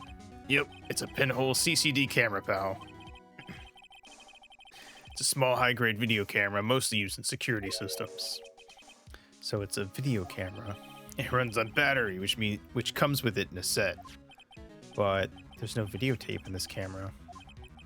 this is only the camera part here, pal. The tape recorder with the tape inside it is somewhere else. Somewhere else. Footage is changed into radio waves, and then it's sent to that recorder. So it's sort of like a TV broadcast, isn't it? Hey, you're right. Hell yeah. Fried rice. Yeah. Spy camera added to the court record. Spy camera set to record the victim's room from 8 p.m. for 1 hour. Was running at the time of murder. So what is a transmitter? It's a device that sends the footage the camera took to a specific destination. It's like a video version of a listening device, pal. It's like it's attached to a small clock-like thing. Oh, that's a timer, pal. You can set it to turn the camera on and record at a certain time with it. You can set it for a certain time? Yep, let's see. This looks like it was set to start at 8 p.m. and go for 1 hour. 8 p.m. That was the time the award ceremony ended. There's no date set, so it's been recording every night, I'd guess. Mr. Detective, how long has this bear been here? I'm pretty sure it's been here since the night of the murder. Then maybe... Maybe this camera caught the murder on tape. What? And if you think about the angle this bear is at, it's bound to have had a clear shot of the whole crime, pal. Transmitter changes the footage taken by the spy camera into radio waves and transmits the data. So there was a camera in this bear's eye. And it was disguised as a present. And I'm sure it was here on the night of the murder, pal. It's pretty big, so it stands out pretty well in my mind. But who gave Mr. Corrida this present? I don't know, pal. But this means that someone out there has got a video of what happened here that night. Is there any way we can find out who that person is? It's impossible, pal. Radio waves can be sent almost anywhere, so there's no real way to find out. Oh, Is there really no way to find out? Stuffed bear. The spy camera was set in its right eye, found in the victim's room.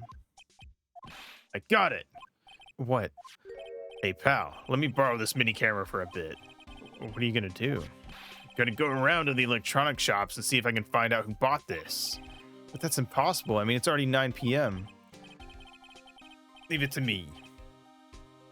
Even if I have to search all night, I'll find your man, pal. Oh yeah, baby, it's investigating time. I'm on fire, pal. My fingers are itching to go. Yeah! he's gone. Yeah. Mr. Scruffy Detective sure is a nice man. He's pushing himself so hard, all for Mystic Maya's sake.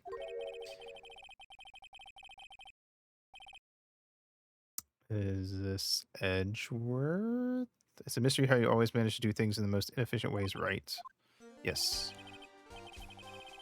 You'll have to excuse me. I heard your conversation just now. Edgeworth, what are you doing here? A rescue team has been created and deployed. I can't say I'm optimistic, but we have to move forward, one step at a time. I see. Thanks. Don't thank me yet. We still have yet to find her. So there was a spy camera hidden inside this stuffed animal, huh? You are one lucky man, right? You know this stuffed bear, little girl? I have no idea. Of course not. The maker of this bear is a very expensive luxury brand from overseas. It's completely handmade, and only a small number of these are exported here. What? Camera and transmitter that Scatterbrain Detective took with him are dead ends. Things like those can be bought anywhere. However, this bear is different. By tracking how it got into this country, this bear can tell us who the buyer is. Can you really do that? Mr. Nick, can he really? Well, I guess so. It's 9 p.m. I think I can still make it in time. I'll be taking this for now. I'm sure you have other things you have to do. Stuffed bear snatched up by Edgeworth. See you soon, Wright. Wait! What? Why are you doing this? I have no interest in explaining myself to someone who cannot comprehend. But besides that, Wright, until court reconvenes tomorrow, you should concern yourself with this question. Who was the person that murdered Juan Corrida? The real killer. You really still think it was Adrian Andrews? To be honest, I don't know anymore. You still have a little time left. Find the truth, Wright. Everything begins with the truth. Juan Corrida's real killer. Miss Andrews passed. The kidnapper whose sole condition is an acquittal from Mr. On Guard. And this card. Shelley the Killer. Oh yeah. The only way I can save you now is to find all the answers to this case tonight. I don't understand what your real intentions are, Edgeworth. But as you said, all I can do for now is find the truth.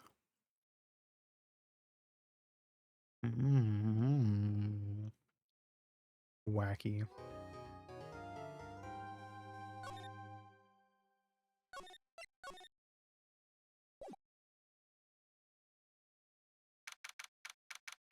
March 22nd, 9:14 p.m., Gatewater Hotel, Corrida's hotel room. It's past 9 p.m. already, isn't it? I wonder if Mr. Edgeworth has already found Miss Sigmaya. These things take time. I'd say probably not. Police are professionals, Pearl. They'll find her, so don't you worry. If we can win a not guilty verdict tomorrow, then everything will be okay. You're right.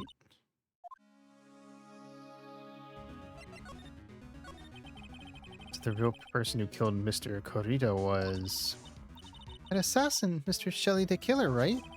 And the card Miss Andrews found at the crime scene seems to be proof of that. But if that's the case, then a new question comes to mind. Who was the one that hired the killer to begin with? Who was his client? You mean, who asked for the murder? That person didn't want to dirty their own hands in blood, but whoever this client is, they're still a killer. Who could have hired the assassin? Do you think it was Miss Andrews? I wonder. What if she was the client? And why go through the effort to stab the knife into the corpse herself? But if Miss Andrews wasn't the client, then... No, it can't be. At On Guard himself? Mr. On Guard really did hire the assassin. Then he's not innocent at all. Far from it. He'd be guilty of the crime. But it can't be Mr. On Guard, right? I mean, when we first talked with him... Mr. On Guard, I'd like to ask you one more question. Did you kill Mr. Juan Corrida? Alright, just so we're clear, dude. I didn't kill anyone, and that includes Juan Corrida, okay? Didn't see any Cyclops at that time. Actually, that reminds me. Did you remember something, Mr. Nick?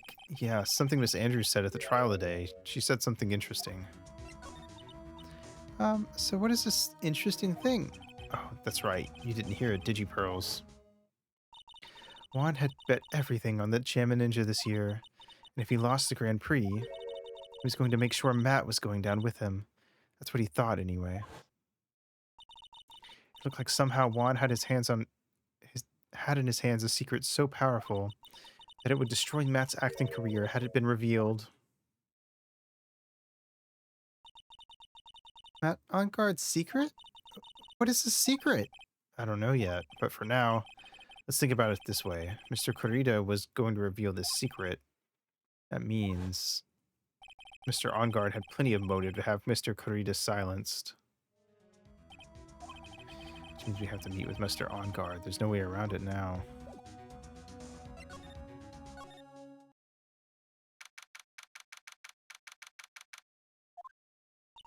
Wow, it's really getting late, isn't it, Mr. Nick?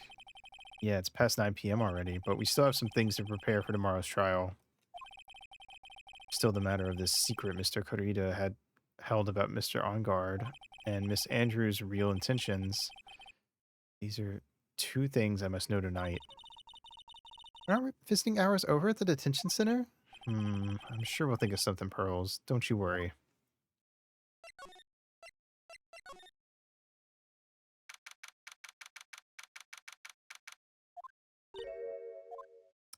Hello, old bag. Goodbye, old bag. Hey, wait! What is it, whippersnapper? All I know is nothing that has anything to do with you is ever good. Like just now, I was handed this strange device for who knows what reason. And I was told to use it to search the whole hotel. That's the bug sweeper, isn't it? The one Gumshoe made. I don't know, and frankly, I don't care, but the request came from Edgepoo, so... Edgeworth? And he said, If you feel angry, direct your anger at that unsophisticated lawyer. so I'm going to feel free to direct all my anger towards you. She thinks a bundle, Edgeworth. What a pal you are.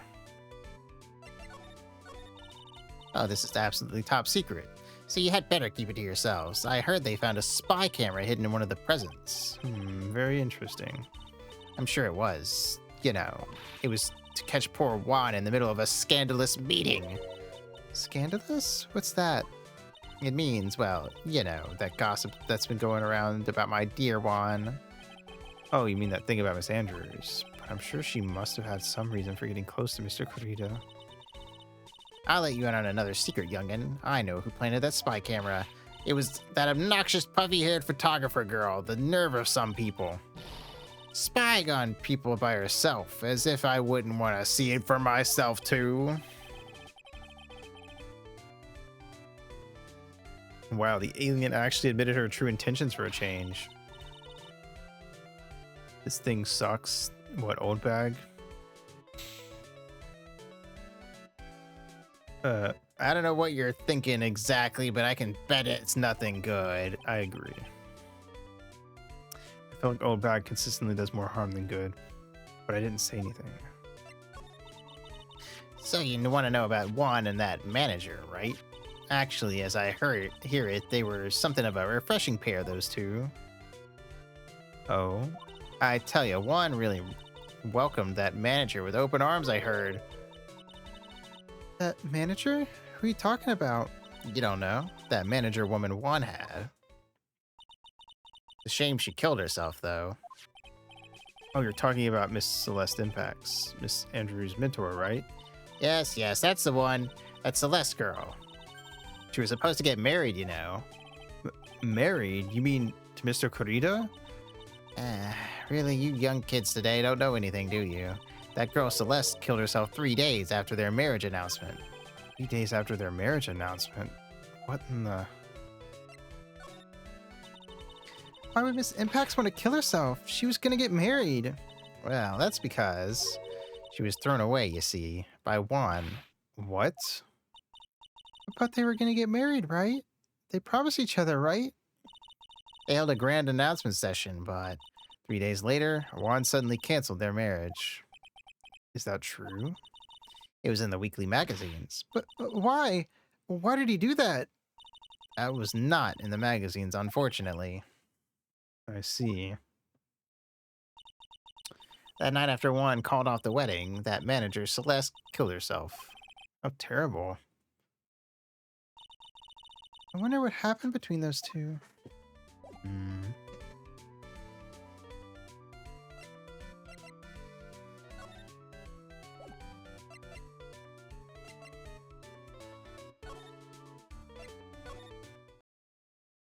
Interesting.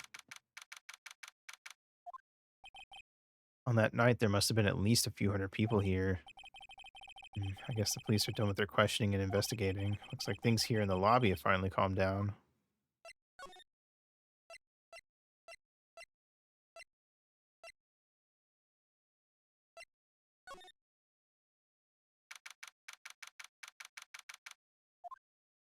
Feels sort of tense in here, doesn't it, Mr. Nick?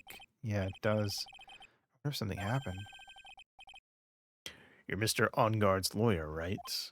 Yes, sir. Well, we finally found just the person we've been looking for. A real decisive witness. A decisive witness? You mean for the on-guard case? We're taking the witness's statement right now. Gotta hand it to Mr. Edgeworth. What's Edgeworth up to now? Who is this witness? I think you know this person quite well, Mr. Lawyer. Mr. Nick? Between the kidnapper's demand and now this, I can't see any way to win here. Oh yeah, Mr. Edgeworth wanted me to tell you something. He did? Even though visiting hours are long over at the detention center, he wanted me to grant you special permission. So there you go. What? I've already called them, so they know. Go on, go talk to your heart's content. Thank you very much. This is such good news, Mr. Nick. Talk to your heart's content? Sounds like the police are pretty sure they have tomorrow's trial in the bag. Cool.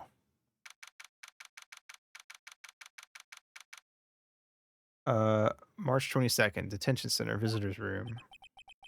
Edgeworth wants us so bad. He needs to stop flirting already and just ask us out. Agreed. It's okay, Edgeworth. Maya and Nick will make a polycule with you. I'm sure they must have transferred Miss Andrews here by now, so that means that both Mr. Ongard and Miss Andrews are in this detention center. Now then, whose story do I want to hear?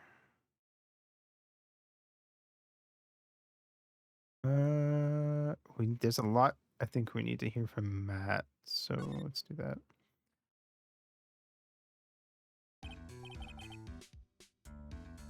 Dude, it's Mr. Wright. I hope you can get me off the hook tomorrow. I'm counting on you.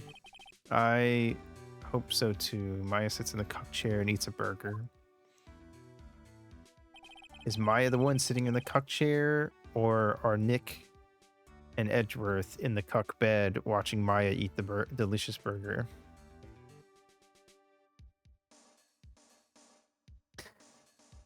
Yeah, the more the merrier. How could you? How dare you? She cucks them with burger. Exactly. I'm gonna be so honest. I wiped Mo from my memory, and it took me reading that and an extra 5 seconds to realize who Mo even was.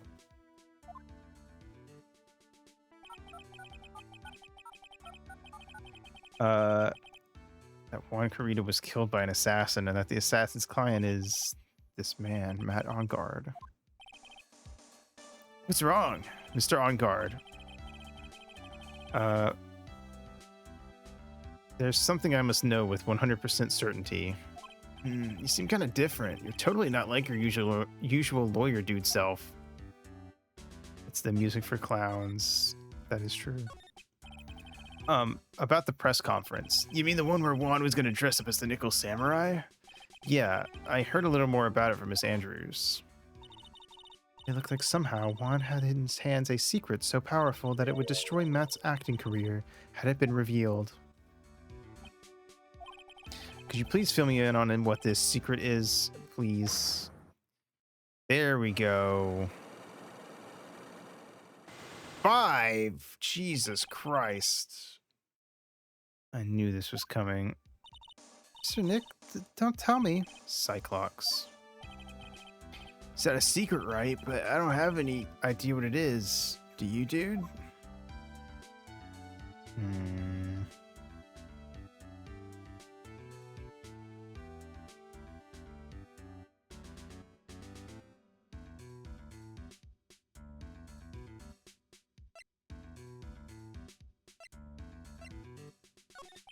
Did you know about Mr. Carita and Miss Andrews' relationship? Well, it's all over the tabloids, dude. But I don't know any of the details, if that's what you mean. Look, how many times do I have to tell you? I don't care what Juan did with his life. Miss Andrews. She had a purpose in mind when she started seeing Mr. Carita. Her mentor was Mr. Carita's manager, and Miss Andrews was going to get Miss Celeste Impacts' suicide note from him. Celeste? Does that jog any memories? Dude, I suddenly just got totally hungry. You up for a pizza? My treat. Yeah, I hear what you mean about suburban jungle. Mr. Nick, what's a pizza? Is it a kind of pea, like green peas? Let's go eat one later, okay? I got cut off by the pizza dude at this shop. That's too bad. That's too bad. Well, how about we get our minds off this topic and talk about something else, okay? I'd like Old Bag when it comes to my locks. Like I'd be like Old Bag when it comes to my locks. I'd have a bunch, but it will take like mentioning one thing to unlock basically all of them. That tracks. I made a homework stuck Steve Gunner rip of this song, but it's Doctor. We're like halfway there. We're like 90% of the way there. Rose is it's like a Victorian child. Would a pizza kill her? We'll get her a supreme pizza. It's fine. It's got vegetables on it. Mr. On Guard, are you connected to Miss Impact's suicide in some way?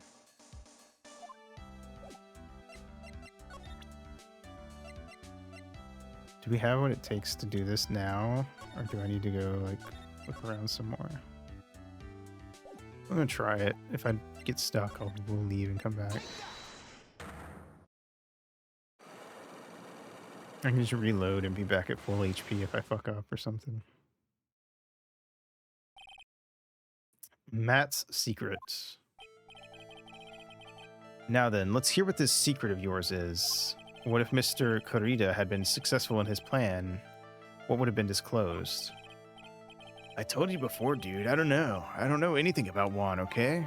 Look, Mr. Wright, I can keep on saying it until I'm blue in the face, but I totally didn't pay Juan any attention the whole time that night. I mean, come on. I was in the middle of a nap. Don't lie to me. Huh? I know you paid close attention to Mr. Kurita, especially on that night.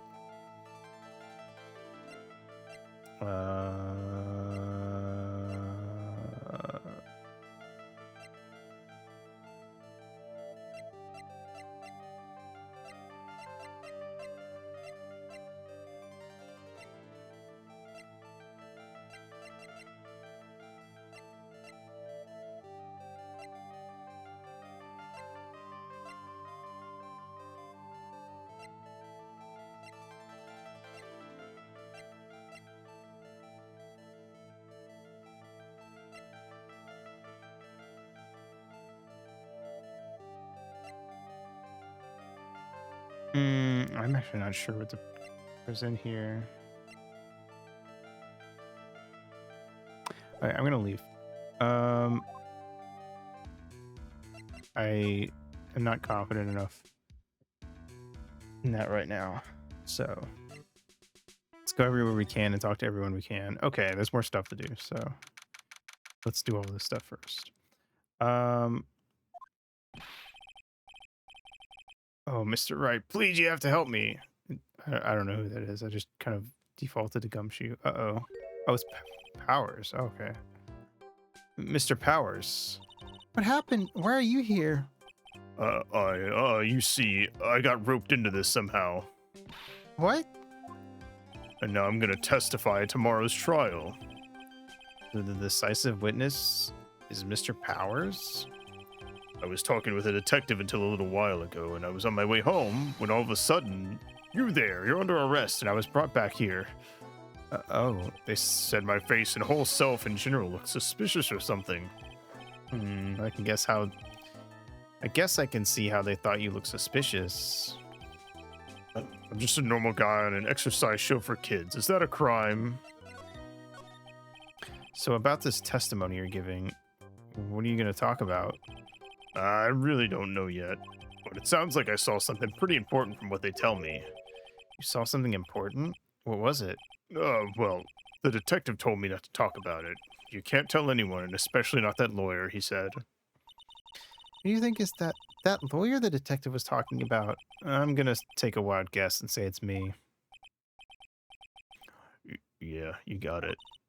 Mr. Nick, missing Maya and myself are your only two allies in this whole world, but it's all right. Ouch. I don't really have a lot of friends, do I? This is going to do a whole lot of damage to Matt, you know. You because he's got that refreshing like a spring breeze image going. What is he really like? Well, let's see. Matt's always been kind of a player with women. He would never really turn a pretty face away, if you know what I mean. He'd always say, it's just a game, to justify himself. What? How horrible. That's unforgivable. Ow! Sorry, I didn't mean to offend you. But, you know, he said once that there's only one person in the world who won't swoon over me. One person who wouldn't swoon over him? His manager, you know, Miss Adrian Andrews. Why is Mr. Power suddenly looking kind of energetic? She's a fucking gossip. You see, I'm actually a sucker for gossip. I mean, celebrities in their world have this dazzling sort of image, right? A dazzling sort of image, but aren't you part of that dazzle, Mr. Powers? No, I'm more of a hairy, sweaty, smelly, brutish kind of guy, you see? But it's okay, really. I get to hear plenty of gossip about a lot of the other stars around me as things happen. Well, that's true. Oh, hey, so did you hear about this yet? About Miss Andrews' mentor and her suicide? You mean Miss Impacts? We heard something about how her wedding was canceled. Yeah, that's what I'm talking about. I thought about it a little the other day, about that mysterious death. Hey, Mr. Wright, why don't you ask me about that? Go on, go ahead. Mr. Powers is so charged up, his skin is practically glowing with electricity.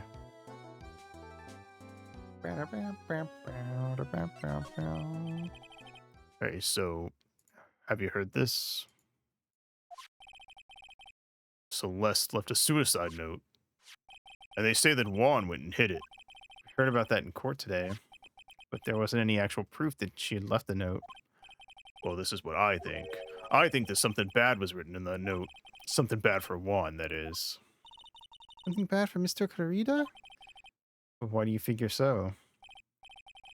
Well, before she died, Celeste talked with a few of her friends, and she said, it looks like I got caught up with a truly insidious man. A truly insidious man? Did you mean Mr. Clarita by that?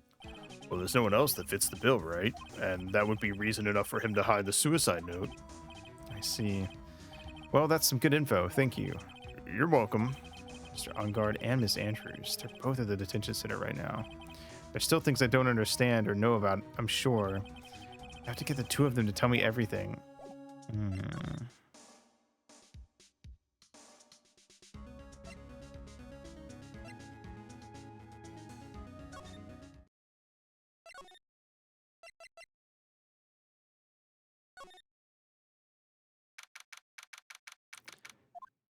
Looks like no one's around. What happened with that person with the stuffed teddy?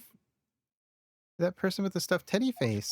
Oh, she must mean that butler with the stitches on his face. Shoo! Oh, there you are. I guess you're still awake, huh, Shoo? Come on, let's play. I wonder if that butler, Mr. Doe, is already asleep or not.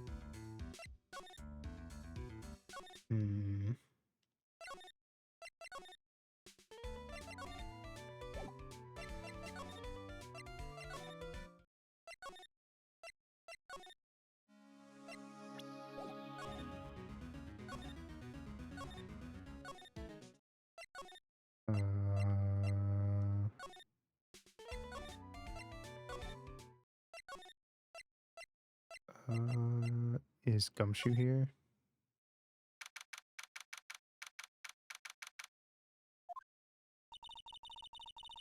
Doesn't look like Mr. Scruffy Detective is here. Well, he's out there with that camera asking around at all the electronic stores. Then I'll make some salad for him for dinner. Looks like Pearls really appreciates what Gumshoe is doing for us. Mr. Nick? Yes? Where's the lettuce? I don't think I've ever bought lettuce before. Holy shit, Nick. I guess I have to give up on making a salad then. Guess the lack of lettuce is kind of a problem.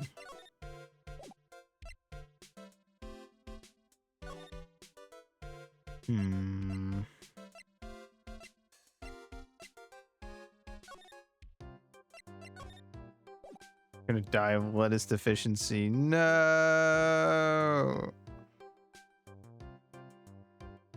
Hmm.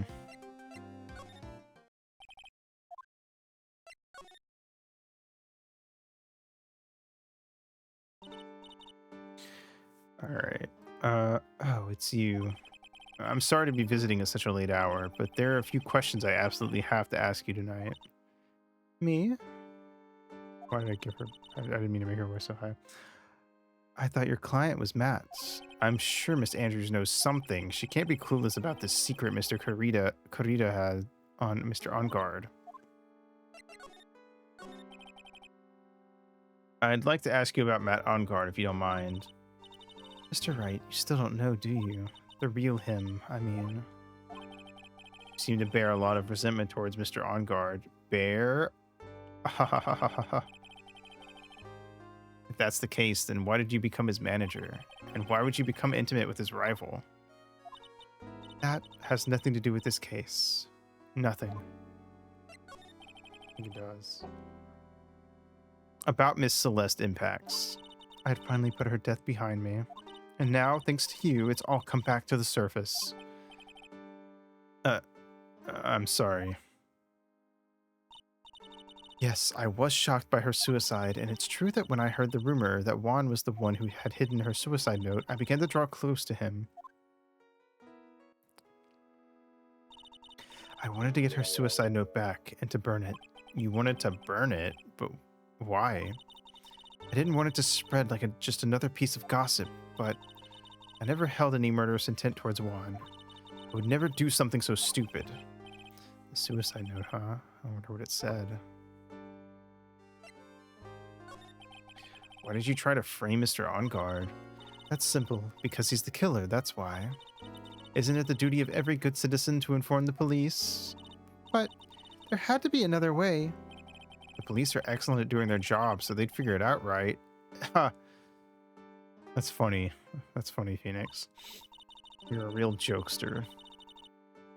Yes, they're so good that they couldn't figure out the real truth behind Celeste's death. Miss Andrews? Wow. Well, I know you're not the type of person to do something without a reason, so please, tell me why you did what you did. Revenge. Huh? Did you say something just now? Oh, shit. She has them too. Oh, she just has one. A Cyclock, huh? Don't you understand yet? You're not my lawyer. To be honest, you're more like my enemy. But I'm sure I just heard Miss Andrews say revenge. Do we have any proof of that? We might have to do Matt's thing first, honestly.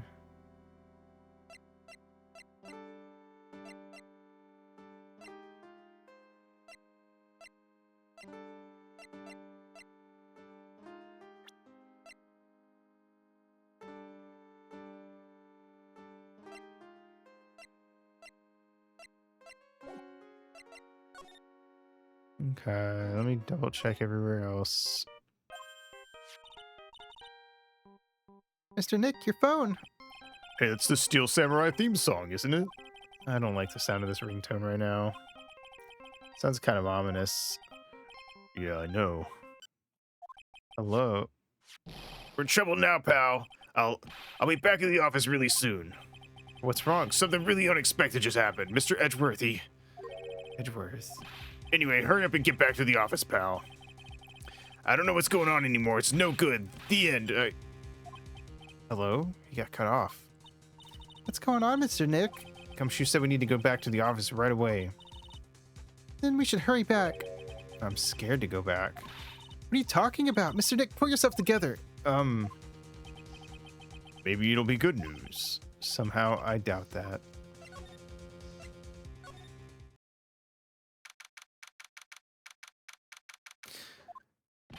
What took you so long, pal? Mr. Edgeworth couldn't stick around forever and had to go.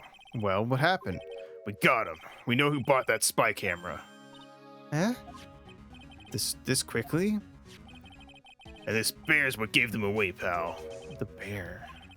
I figured it out, pal. I figured that we should have been looking into the bear instead of the camera. But wasn't it Mr. Edgeworth that figured? Shh, girls. And go on. It's only one person who bought one of these bears who's related to this crime. Who is it? Who would be so rude as to spy on another person in their own room? Matt Ongard. Huh? Matt Ongard, your client. That's who, pal. Here I thought things couldn't get any worse. Are you sure you heard right that the person who bought this bear was... I heard it from the department store clerk, pal. This is the credit card receipt for the purchase. It's for $3,800, pal. That's an exact match to the price of that stuffed bear. Receipt? That's all you have? Nah, it's not just the receipt, pal. The store clerk said so himself. He told me, I'm sure I sold the bear to Mr. Ongard. I mean, the clerk even got Mr. Ongard's autograph out of it, pal. So I'm sure the person that bought the stuffed bear was Mr. Ongard himself. My sight is failing me. This can't be. Credit card receipt. A receipt for $3,800. Proof Ongard bought a stuffed bear identical to one in evidence.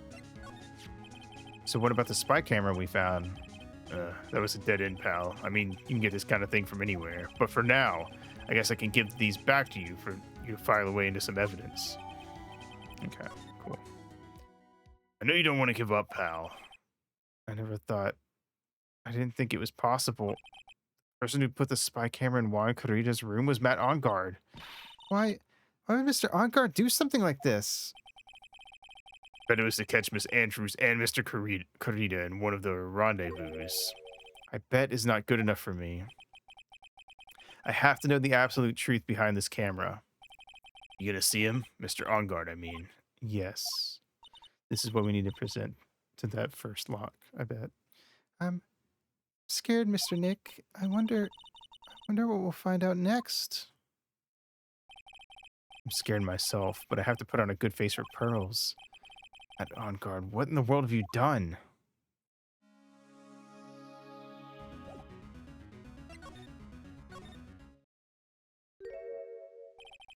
You're working really late, you know. It's already past 10 p.m., dude. I think it's time you told me the truth. Relax. Don't you know that ignorance is bliss?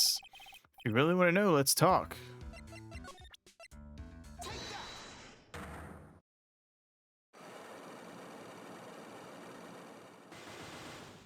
I think I can do it now. All right.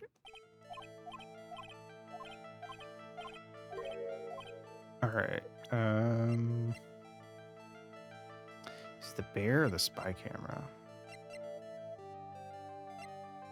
Oh, the spy camera. Someone used his camera to secretly film Mr. Corrida's room the night of the murder. Secretly film? What? And then sent the images the camera took with his transmitter. Wow, but dude, where was this camera you're talking about hidden? The spy camera was hidden in this bear's eye. A bear that was supposed to be a present from a fan. Guess Juan had a few of those kinds of fans too, huh, dude? Actually, I wouldn't say this bear was a present from a fan. You sure, dude? Who else could it be from? The person who gave this bear to Mr. Corrida was you.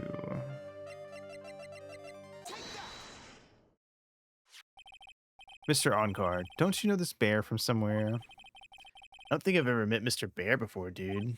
But he says he knows you. How could you forget such a great friend? What else did the bear tell you? He says that the one who put the camera in his eye was you, Mr. Ongard. I didn't know how you work in court. I'd think I was in some serious trouble.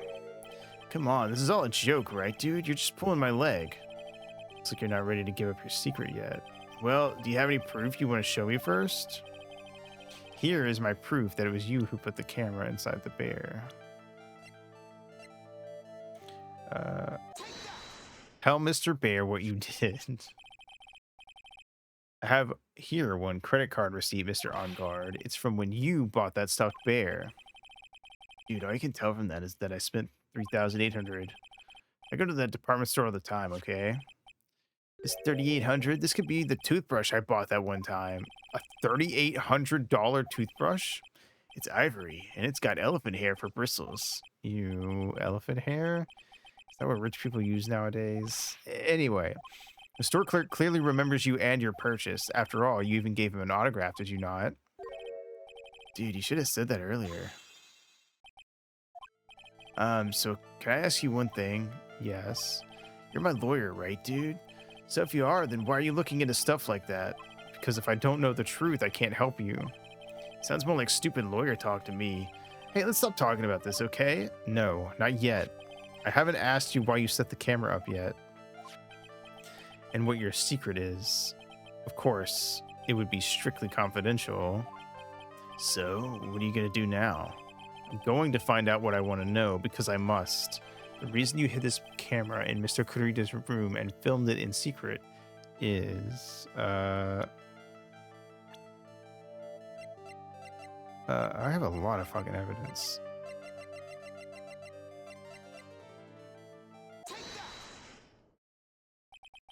Adrian Andrews? There's a rumor going around that Miss Andrews and Mr. Kurita were having secret meetings. You, who was keeping tabs on Mr. Kurita, you were going to reveal this fact and turn it into a scandal. Isn't that right? Dude, you can be such a moron. Huh? Oh man, Mr. Lawyer, dude, that kind of scandal, that's the good stuff. That's what we in the industry call juicy. The good stuff? Juicy? Look, we can get publicity without spending a penny with that kind of stuff. I mean, if people stopped paying attention to us, then it'd be the end, dude. Too bad that wasn't your intention. What are you talking about? I wish your reason for spying was something so innocent, but it wasn't. You didn't spy on Mr. Kurita because of Miss Andrews. Then there's only one reason I can think of for you to do such a thing. The real reason you set up that camera in Mr. Kurita's room was...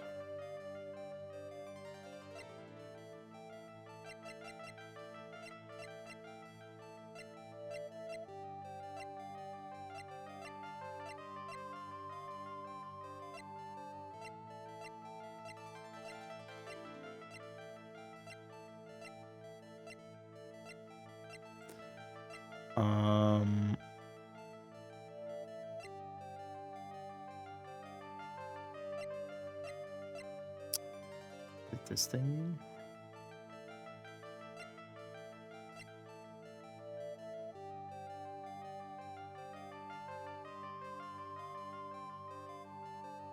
I can't save. It's only 3 thingies if I'm wrong.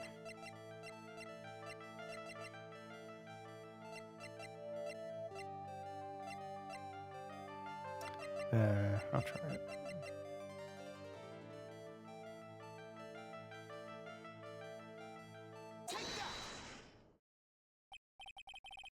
What is this card? Maybe he doesn't know about this card. This is a certain man's calling card. The man's name is Shelley the Killer, and I'm sure you know of him, don't you? Shelley the Killer? That's ridiculous. Why would I know some shitty scumbag like him? If you really don't know him, then why are you acting so jumpy all of a sudden? This is it. I'm finally starting to get to the truth. Can't afford to make any more mistakes now. Mr. Matt on guard. I can't save shit. I don't think you can save it all during these, actually.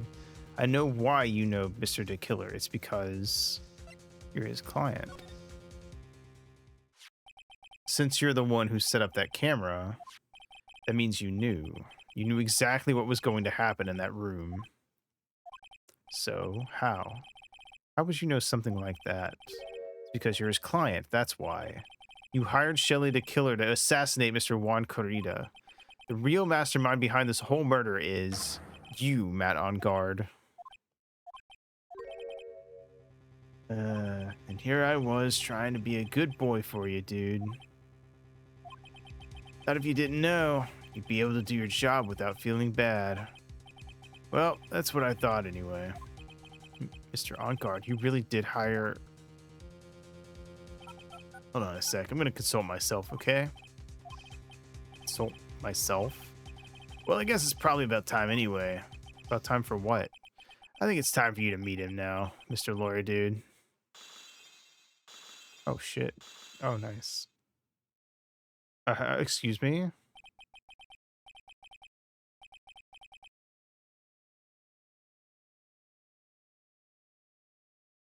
Is this since we should situation? Is that a cup he's holding?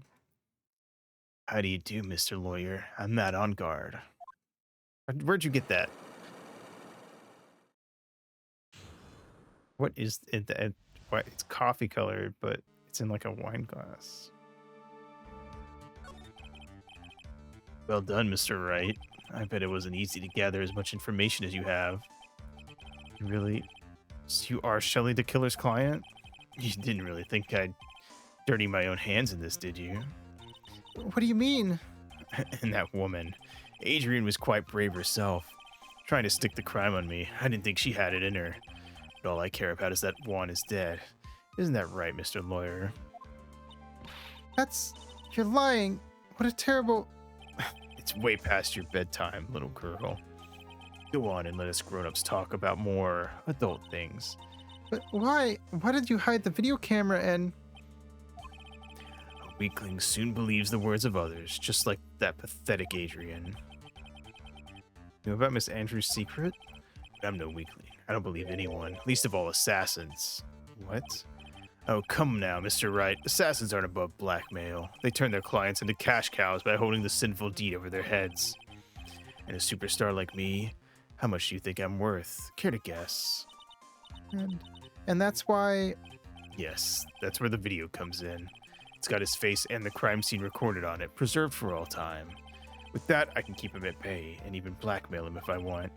That's right, that video is my insurance. Isn't that what they call it, Mr. Wright? But why would you do something so wrong? Because I'm a grown-up, and I can. Good enough of an answer for you, little girl. Why would you kill Mr. Kurita? Because he was about to sling so much dung onto my beautiful public image. Scandals are a little annoying, aren't they? This is all because of that press conference, isn't it? If Mr. Kurita had been able to give it, then Mr. Onguard's secret would have... Oh, well, it's what we call taking advantage of the situation, you know? I had no interest in doing it, really, but bit by bit it crept up on me. And then the situation just presented itself perfectly. How beautiful, I thought. And that's how Mr. Kurita ended up dead. Let me tell you something. I'm not like Adrian. I don't depend on anyone. People are simply things to be used and thrown away. Put on a sweet, innocent face and people will swallow anything you feed them. Adrian fell for it. The assassin, too. Oh, and how can I forget? Even you fell for it, Mr. Lawyer. Everyone all working their butts off for me. For me, Matt on guard. Nah, did that leave you speechless? What a shame. What's wrong, Mr. Lawyer? You've grown awfully quiet. How could I have been so deceived by you all this time? We first met, I asked if you'd killed Juan Kurita, and you answered fairly clearly that you hadn't killed anyone. Hey now, I never told you any lies. The person who did the killing was that the killer guy, right? All I'm guilty of is taking a catnap in my room. You killed Mr. Kurita. Dare you to say that in court tomorrow? But too bad. You can't. You're my lawyer after all, aren't you? You could always drop my case or refuse to represent me. How does that sound? Nah, but you can't, can you? That would be the one thing you absolutely can't do. Mystic Maya. You wouldn't want to test a killer. He's a man of his word, or so I hear. You could end up getting a certain friend of yours rubbed out if you lose. You scoundrel. But if I were you, Mr. Wright, Esquire, I think I would give it up my all tomorrow. Remember, everyone likes a happy win-win resolution. I'll get you for this. It's such a cliche phrase. Juan says something just like that if memory serves. Of course, well, we all know how well things turned out for him, don't we? Good night, Mr. Lawyer. Maya, what am I supposed to do? We do, in fact, gotta kill him. And now you finally found it. The starting line of this case. Edgeworth. I don't care for the horrid atmosphere here. Let's return to the precinct.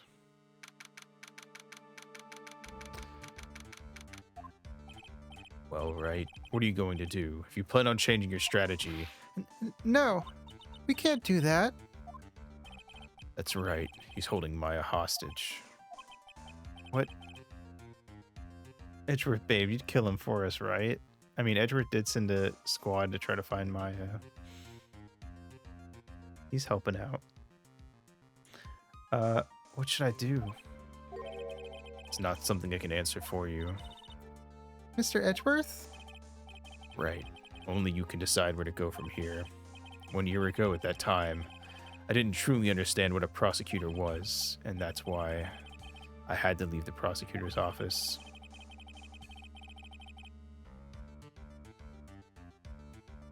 Felt that I couldn't stand in a court of law until I knew what a prosecutor really was.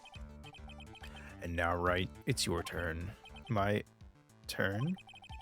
What is this thing called a lawyer? What can you do as one? You must find the answer, and you must find it on your own. All right, we're gonna save there. And but damn, shit's getting crazy. Holy moly! I'm very curious to see where things are gonna go during the trial.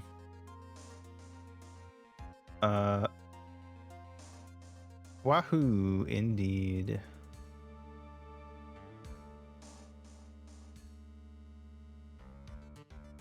All right.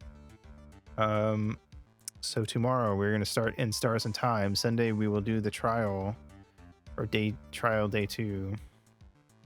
We have in fact found the starting line of the case. I'm fairly confident at this point there's gonna be a third day, but we'll see how that goes.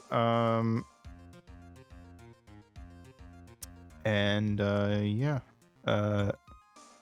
We'll be bouncing back and forth between In Stars and Time and this game until we beat this one going forward. But yeah, that's it for me. So PPR, go follow Ringo Mighty. It's pretty cool, very epic.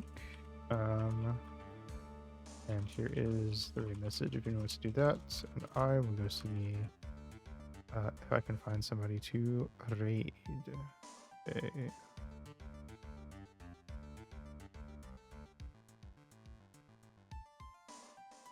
Ba, ba, ba, ba, ba, ba.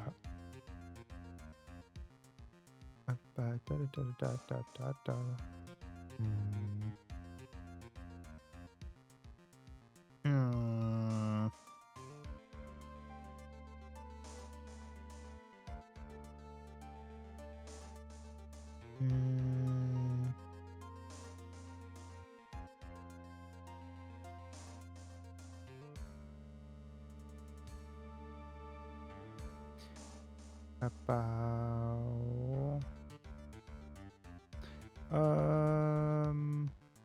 I don't remember who trying to pick between 2 people, but I can't remember which one we rated the most recently.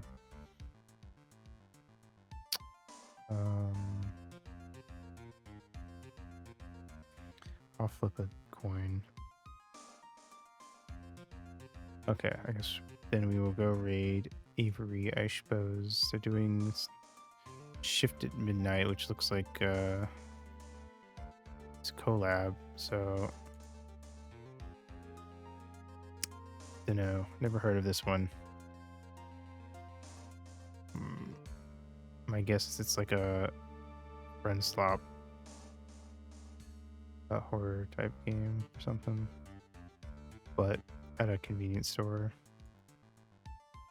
Anyway, let's see. But yeah, that's it for me. So thanks for coming out. Have a good day, good night, whatever it is for you, and I'll see you next stream.